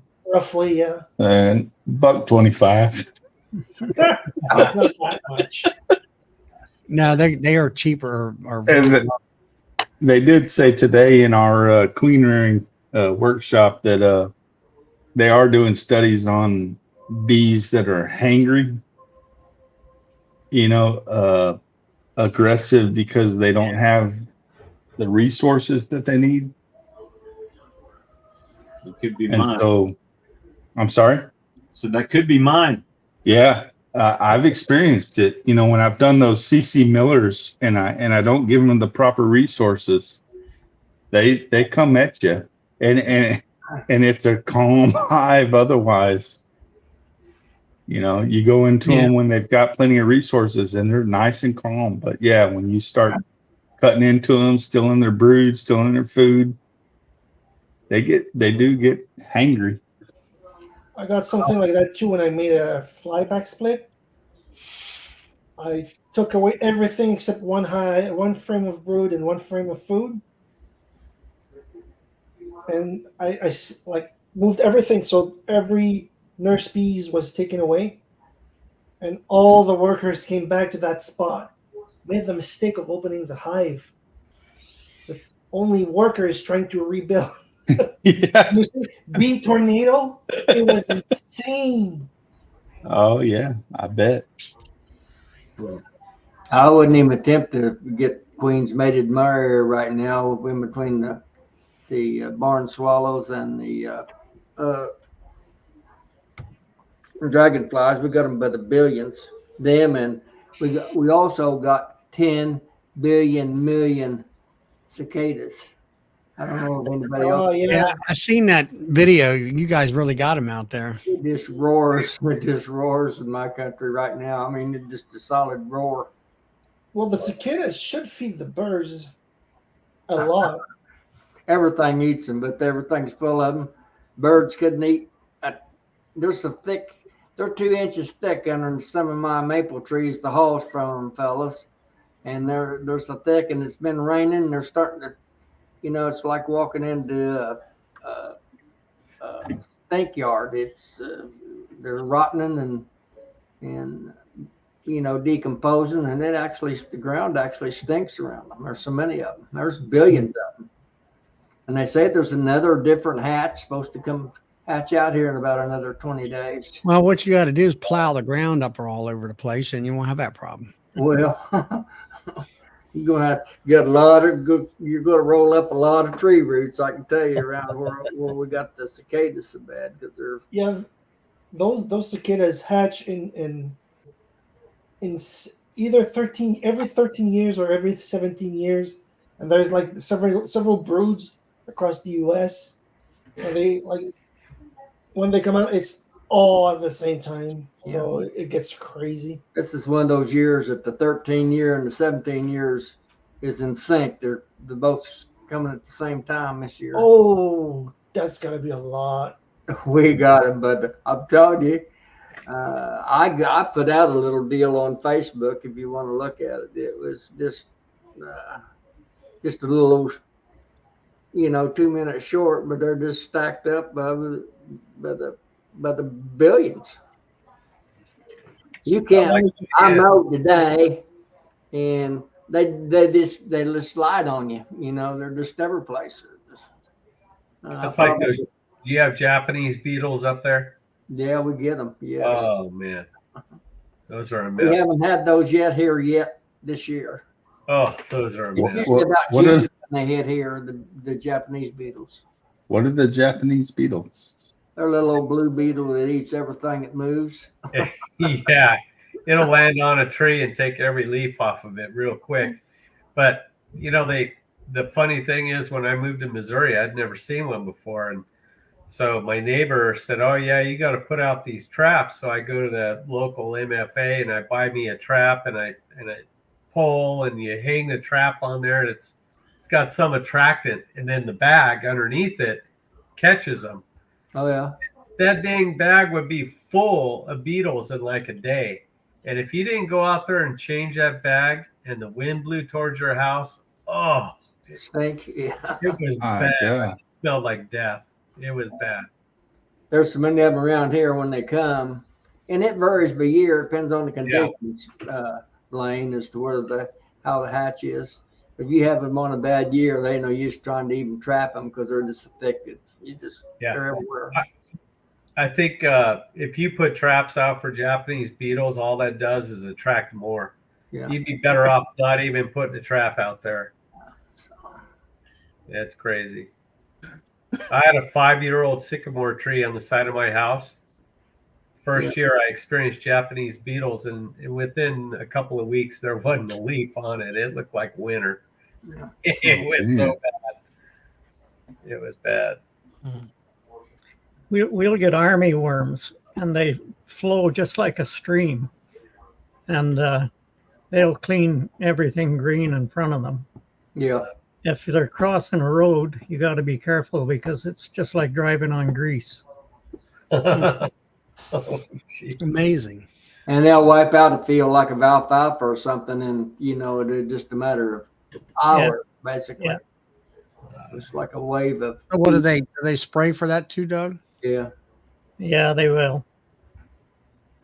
You better get them quick though, because they'll wipe you out almost overnight, Charlie. When they hit, they come. Depends on in our area.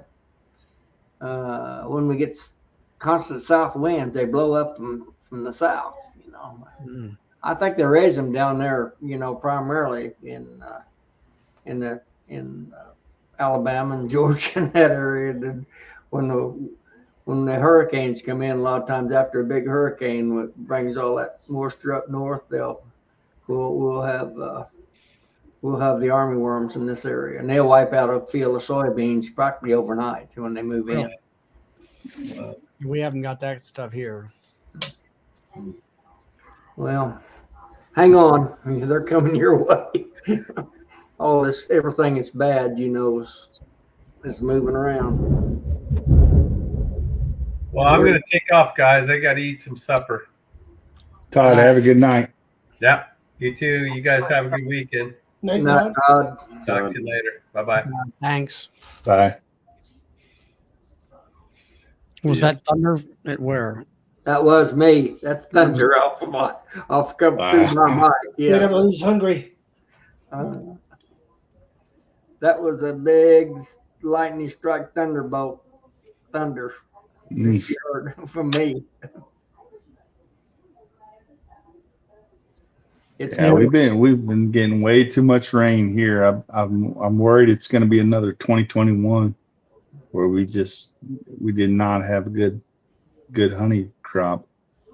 Now, Blaine, are you down where's all this rain in Texas? I thought Texas was a half desert. They're talking up north there. I wish we could get some rain, and it's forest and all this kinds of stuff and all that.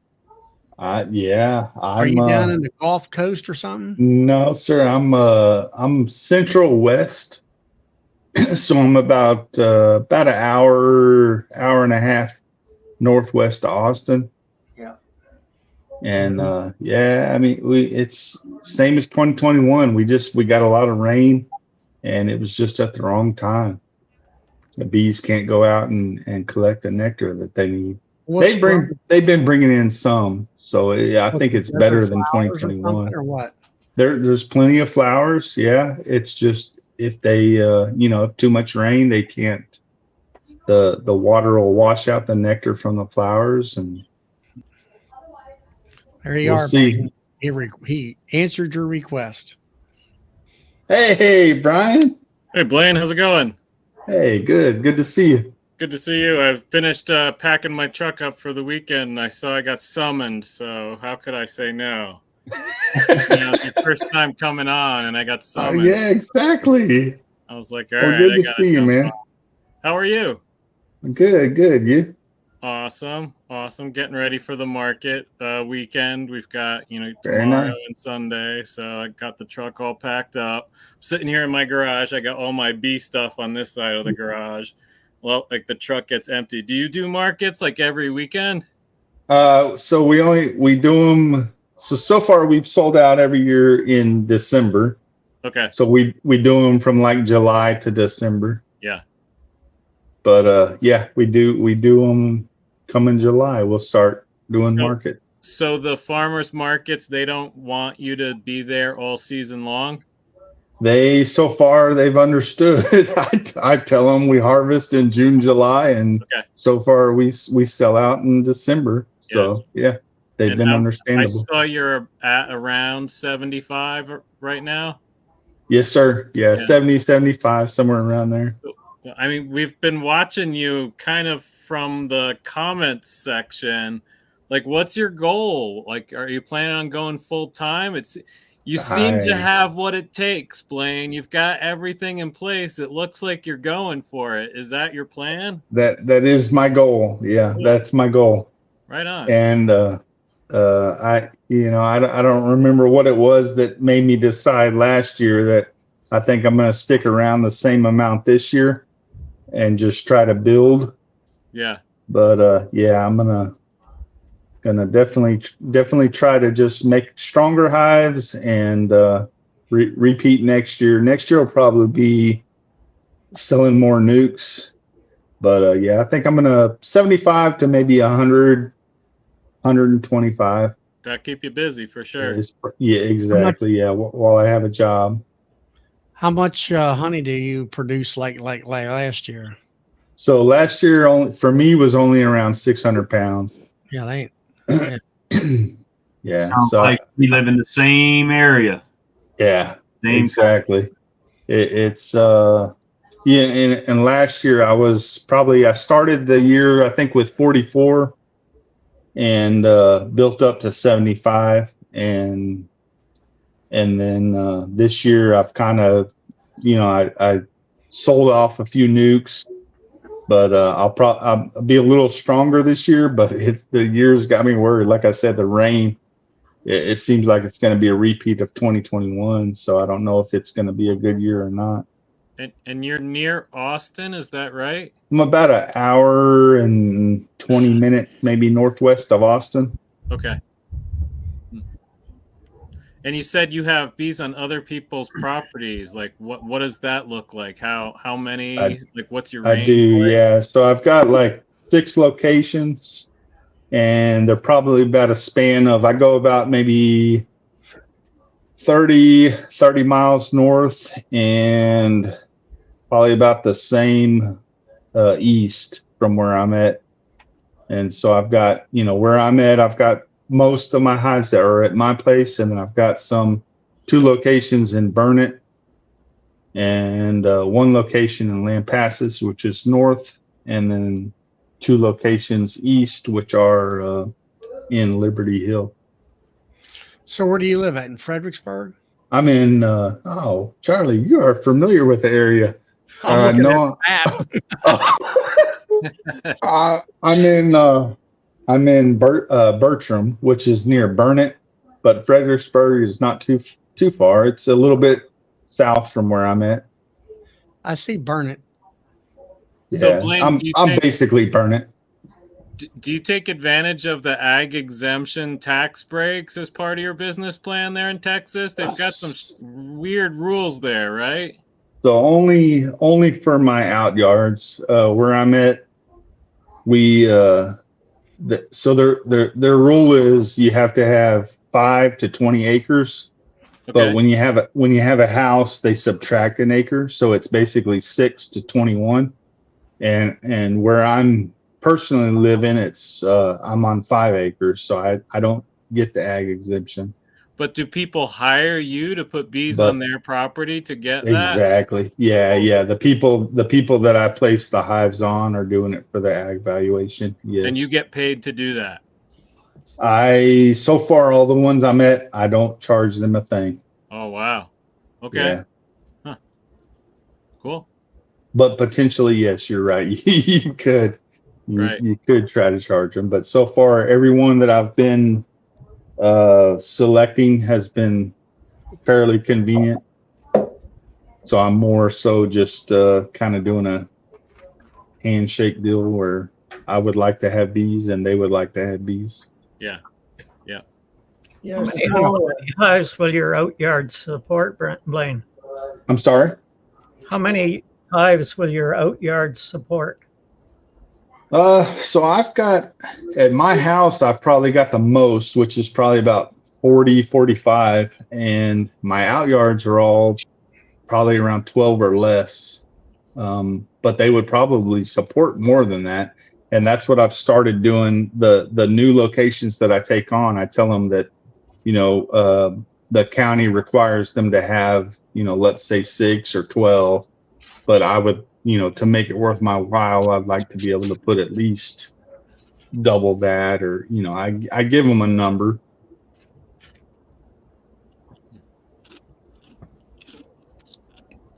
So the forage for your outyards is just wildflowers, or they have crops around your area? Yeah, so we do, it's wildflowers and,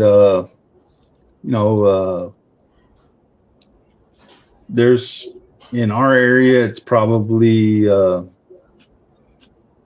my goodness, y'all got me in the wrong time. I've already been drinking. He's like in a desert area, and he's got Yeah. tumbleweed and all that kind of stuff. No, yeah, we're not near that bad. We've got like mesquite. There's There you are, mesquite. That's probably some cotton in the area. Trying to think. We don't get the tallow that, a little bit east of us gets a lot of the tallow. We don't get that here. But yeah, mostly mesquite. Is it a desert area, or more you got a lot of water where you have trees and stuff? Yeah, we've got lake areas, water areas. It's definitely not desert. I would say predominantly like you picture like a mesquite area. And then we've got the subdivisions that are going to have their potted plants and gardens and all that. Mm-hmm. I see on the map there's a lake or something there, a river close by. Yeah, so probably closest to me is Lake Buchanan and several rivers throughout. But Lake Buchanan is probably the biggest lake around. Mesquite, isn't that sort of a bush? It's considered, tree, shrub, bush. Okay. I'm going to send Charlie a bag of canola so he can spread it around the roadsides and stuff down there. Oh, nice. Bring it down here, Charlie. Canola? Man, I don't know. Let's see. I think it would probably grow down here and all. Yeah, it doesn't like what did the area around Charlie's place just turn yellow? It'll spread like wildfire. The big deal around here is sunflowers. They started making. It's not so much the crop. I mean, for birdseed or whatever, but it's sort of a touristy thing that you kind of walk through the sunflowers or something like that. Get your pictures taken in the field of sunflowers. There's a couple places, and get your pictures taken in the field of sunflowers. That's right. There's a couple places like that out here too. Yeah, my wife got some sunflower honey from Colorado. It's pretty good. It crystallized pretty fast, but it was good. Yeah. Is your wife into the business too? Is she into the beekeeping? Not a whole lot. No, I try to get her involved, but no, not too much. Yeah. My wife doesn't do the bees, but she's really good at helping with the products. So, Yeah, and then we go to the market together all the time. So it's nice. It's fun. gotcha. Are you Yeah, going back to that same market again, Brian? Yep. Down in town. Yep. So on Saturdays, I do City Park Farmers Market, which is right in Denver.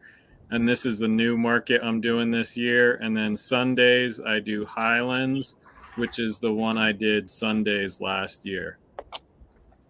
So now both days doing the market scene. Very nice. So they shut Yeah. down every weekend for that in the city. And is it different vendors or it's the same thing over and over again? There's different vendors, sort of. It's mostly the same vendors, but there's some that are rotating. There's some that just miss a couple weeks. And the first one is actually at a high school, so it doesn't shut down a street or anything. It's kind of like in front of the high school, sort of the parking lot area. And then the other one shuts down a street. And actually, they made some changes this year that made the flow a whole lot better. We were on one side that didn't get quite as much traffic as the other side last year, and they mixed things up and like we did for that Sunday market. Last Sunday was our first time doing it, and that was our highest sales of all of last year. Looking at all of our sales, was our first one this year. So, and that was the one that you did the little short video where you were kind of like on a street and you said you had new neighbors or something. Yep, that's right. Yep. Yeah, awesome. And that's a street or is that a parking lot area? That's a street. Yep, that's a street.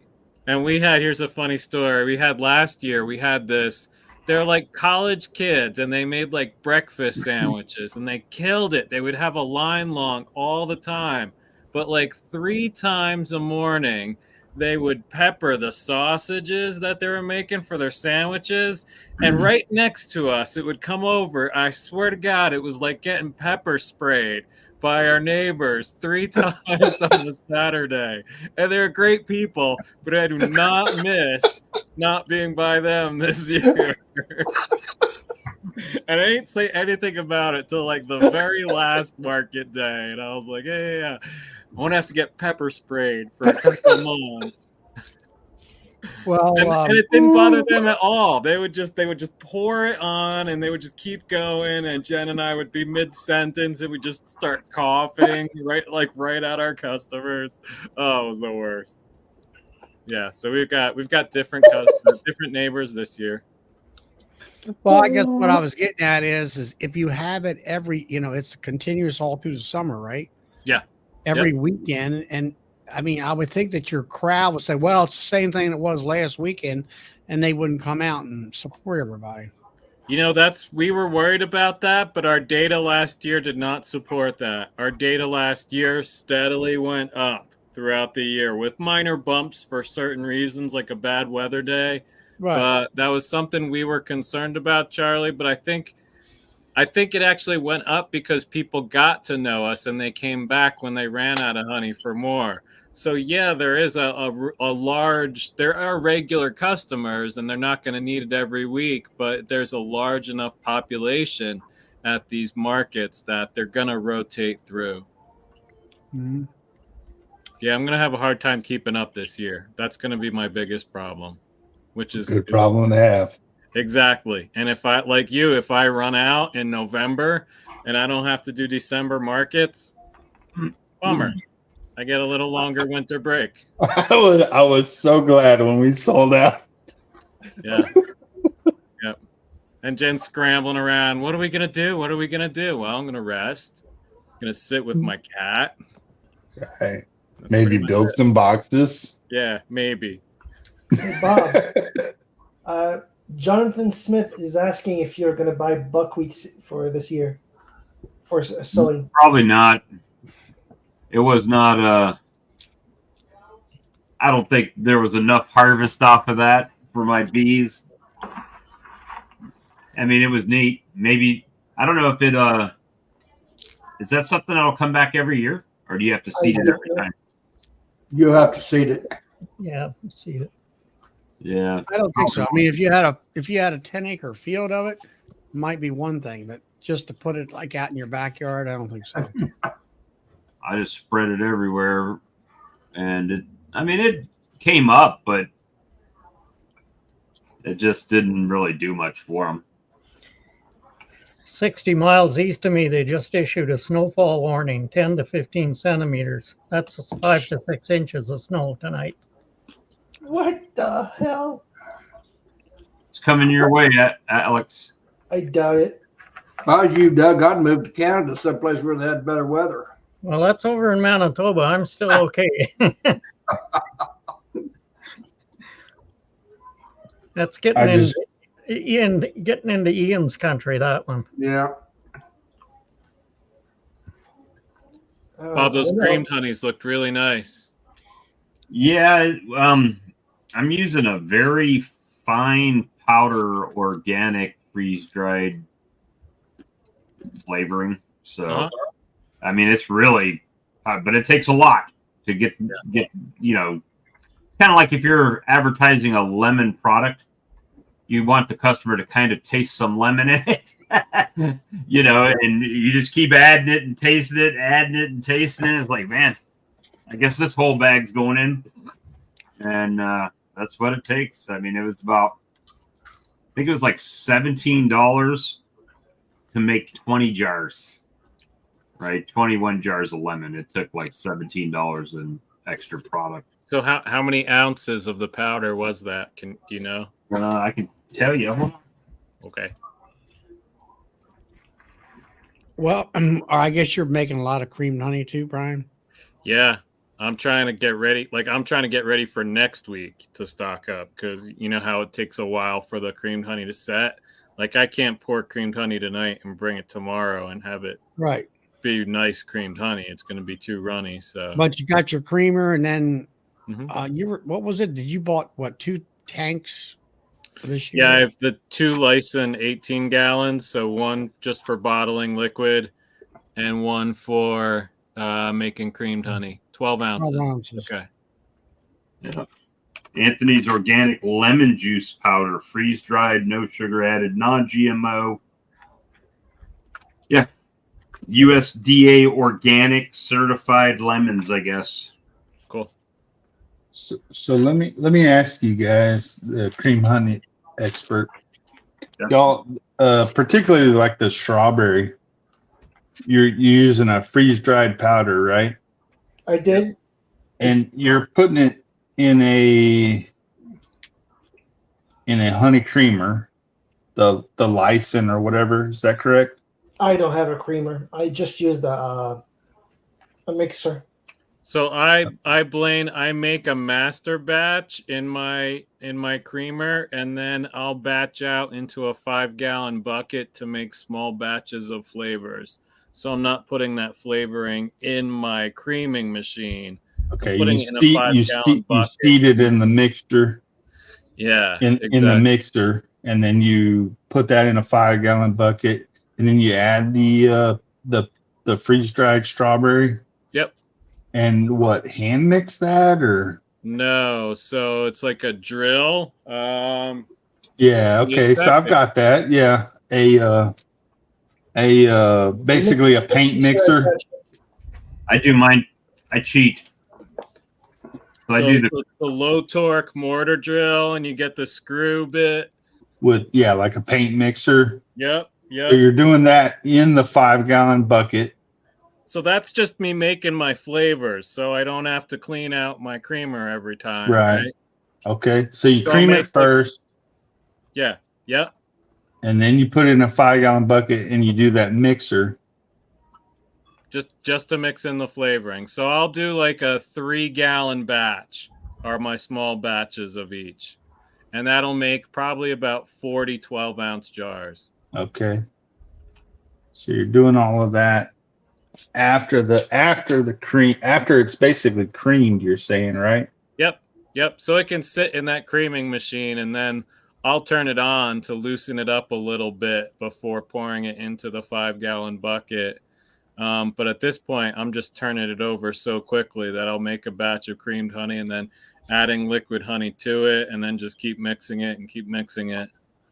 I'm doing mine a little bit smaller batch because I don't have the clientele that Brian has for Doug's the master, though. He knows how to do this. I learned half of this from him.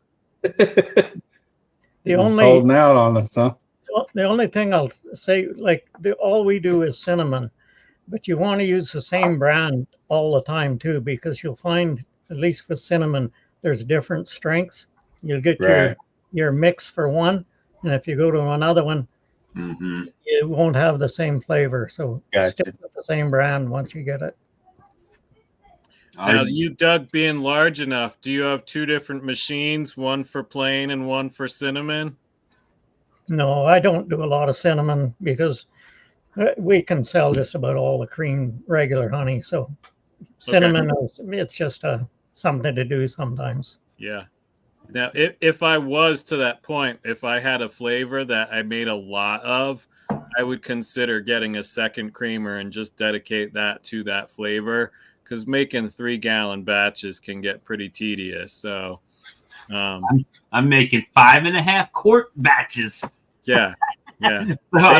Baby steps. I've got the 5-gallon pail, right? So the 5-gallon pail is what I've gone to for the creaming, stepped up to that. And then I'm filling once it's creamed, I'm adding that back to my KitchenAid, where I'm adding the flavor into KitchenAid.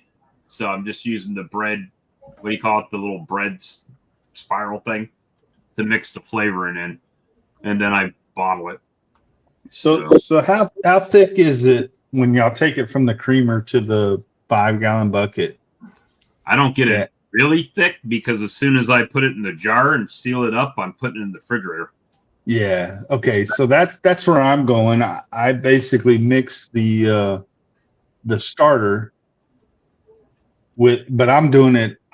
So I don't have a creamer. Okay. See, we got this heat thing to deal with, right? So I'm sorry. We have this heat thing to deal with here. So yeah.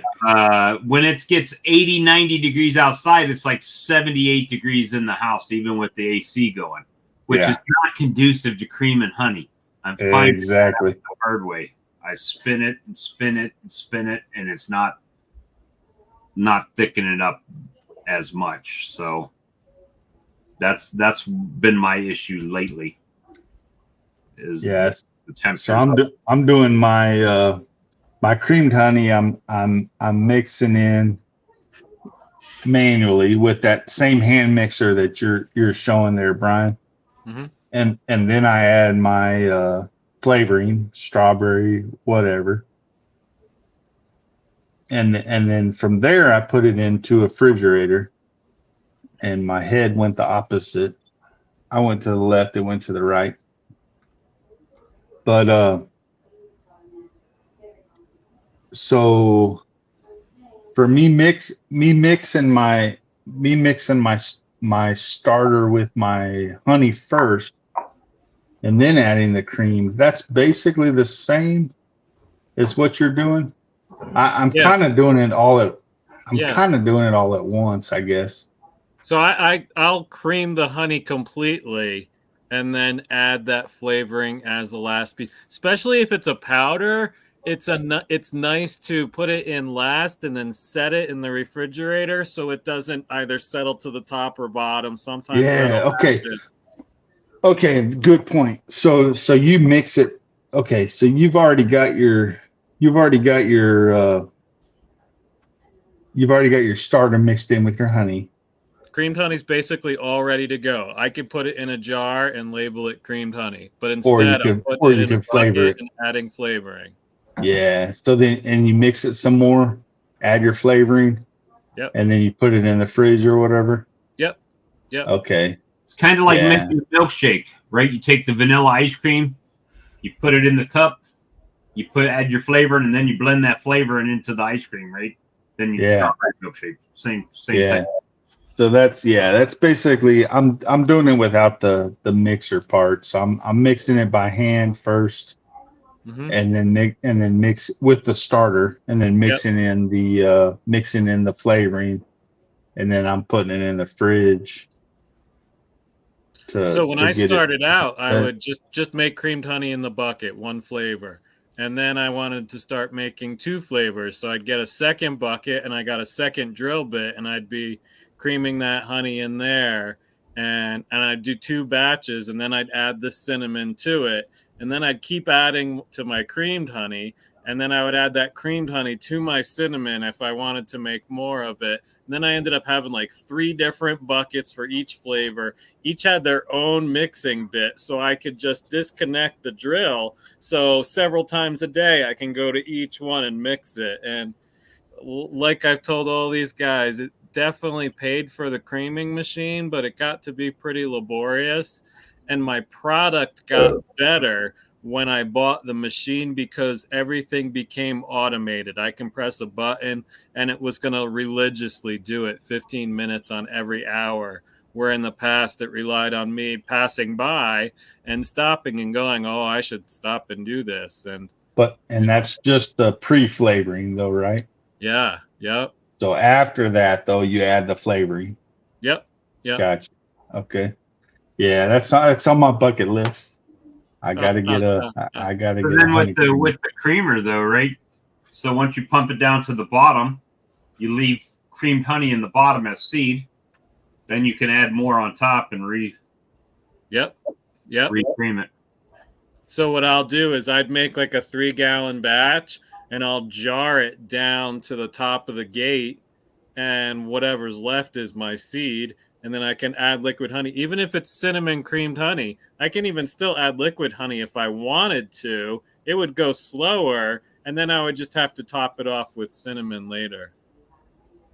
Gotcha. And then it goes so much quicker. DC was asking how long it takes. It depends on your ratio, right? If I leave a gallon in there and I'm only adding 2 gallons, that ratio is pretty small.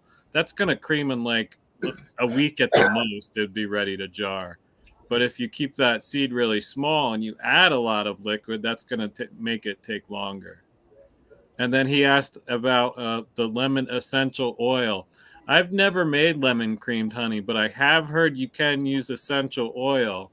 I do know some essential oils are edible and some aren't. And I do know lemon essential oil is one that is edible. So I can't speak to what makes a better creamed honey because I've never made either. But I have heard you can do that. Your flour source has quite a bearing on how fast it'll cream. For us, canola, I can cream a batch in about 3 days. More wildflowers and stuff, maybe 5 or 6 days. And that's why we ended up getting into creamed honey, because our honey would just crystallize so quickly. We got tired of fighting it. And, we understood that we needed to educate our customers about what crystallized honey was. But we also wanted liquid honey at the market because it was going to be a whole lot easier to sell. So we spent that first year fighting that crystallization process once it started getting cooler in the fall. And then the following year, when we got even more honey, we started making creamed honey out of it. And it's been great. And like you've all learned, it's not magic. It's work. It takes work to turn that jar of liquid honey into that creamed honey, but it's worth it. At least from me, from my perspective, from my business model, it is worth it for me to put all that work into the different flavors of creamed honey. Yeah, my problem was I'd have it in the cooler when we went to markets, and I'd forget to tell people that we had it. Yeah. But once we told people, it was no problem selling it. And that's what we learned too, to keep it in a cooler. Like our inventory stays in a cooler, and then we have tasters that'll stay out.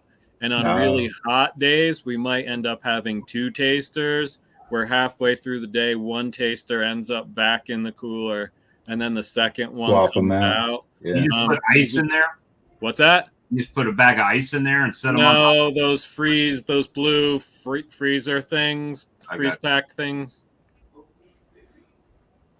Because that's going to be an issue tomorrow if it's supposed to get the 90 degrees outside and trying to sell creamed honey. Yeah. But, if I could sell... I jarred up 60 jars today. of creamed honey plus what I Oh, already wow. had left. So Well, if you could put a jar out there that's, I'll say it's empty, but it's got the label on it. Yeah. And yeah, And that's kind of what we tried to maybe do. a small sign in back of it saying, ask us about our creamed honey, our flavored honey, or Yep. cream, or what would you say, flavored creamed honey. And we And have then, an then we you have can an bring easel, your Charlie. tasters out. We have like a 3-foot easel that we put out in front of our tent, and we put the different flavors that we have on that. So that's exactly what you're talking about. And the same thing's true with comb honey. Comb honey in July and August is just going to melt. So I'm in no rush to cut my comb honey because I'm happy to bring it in September and October when it starts to cool down, because we have no problem getting rid of our comb honey. So Yeah. that's another one. It sits out. And we were learning with our new market on Saturdays where the sun hits our products at what part of the table as it's progressing throughout the day. So what products, like our candles, you can have them in the sun all day long because they're not going to melt. Our liquid honey, I can put that out in the sun, but our bombs, that kind of stuff, or our creamed honey, no way. So we've got to figure out where we can strategically put our products just based on the fact that some of them will melt on certain places on our booth. Well, guys, it's about 11 o'clock. I'm going to go ahead and shut the stream down, and we'll see you. I will not be on next Friday night. I'm going out of town. I'll put a reminder up or whatever. Bob or anybody else wants to use it, they can come out on Friday night. my grandbaby's coming back Tuesday. I don't know what we're going to be doing. So Okay. All right. So anybody, yeah, like I say, everybody in the stream, we'll catch you in a couple weeks if everything goes well. All right. Good night,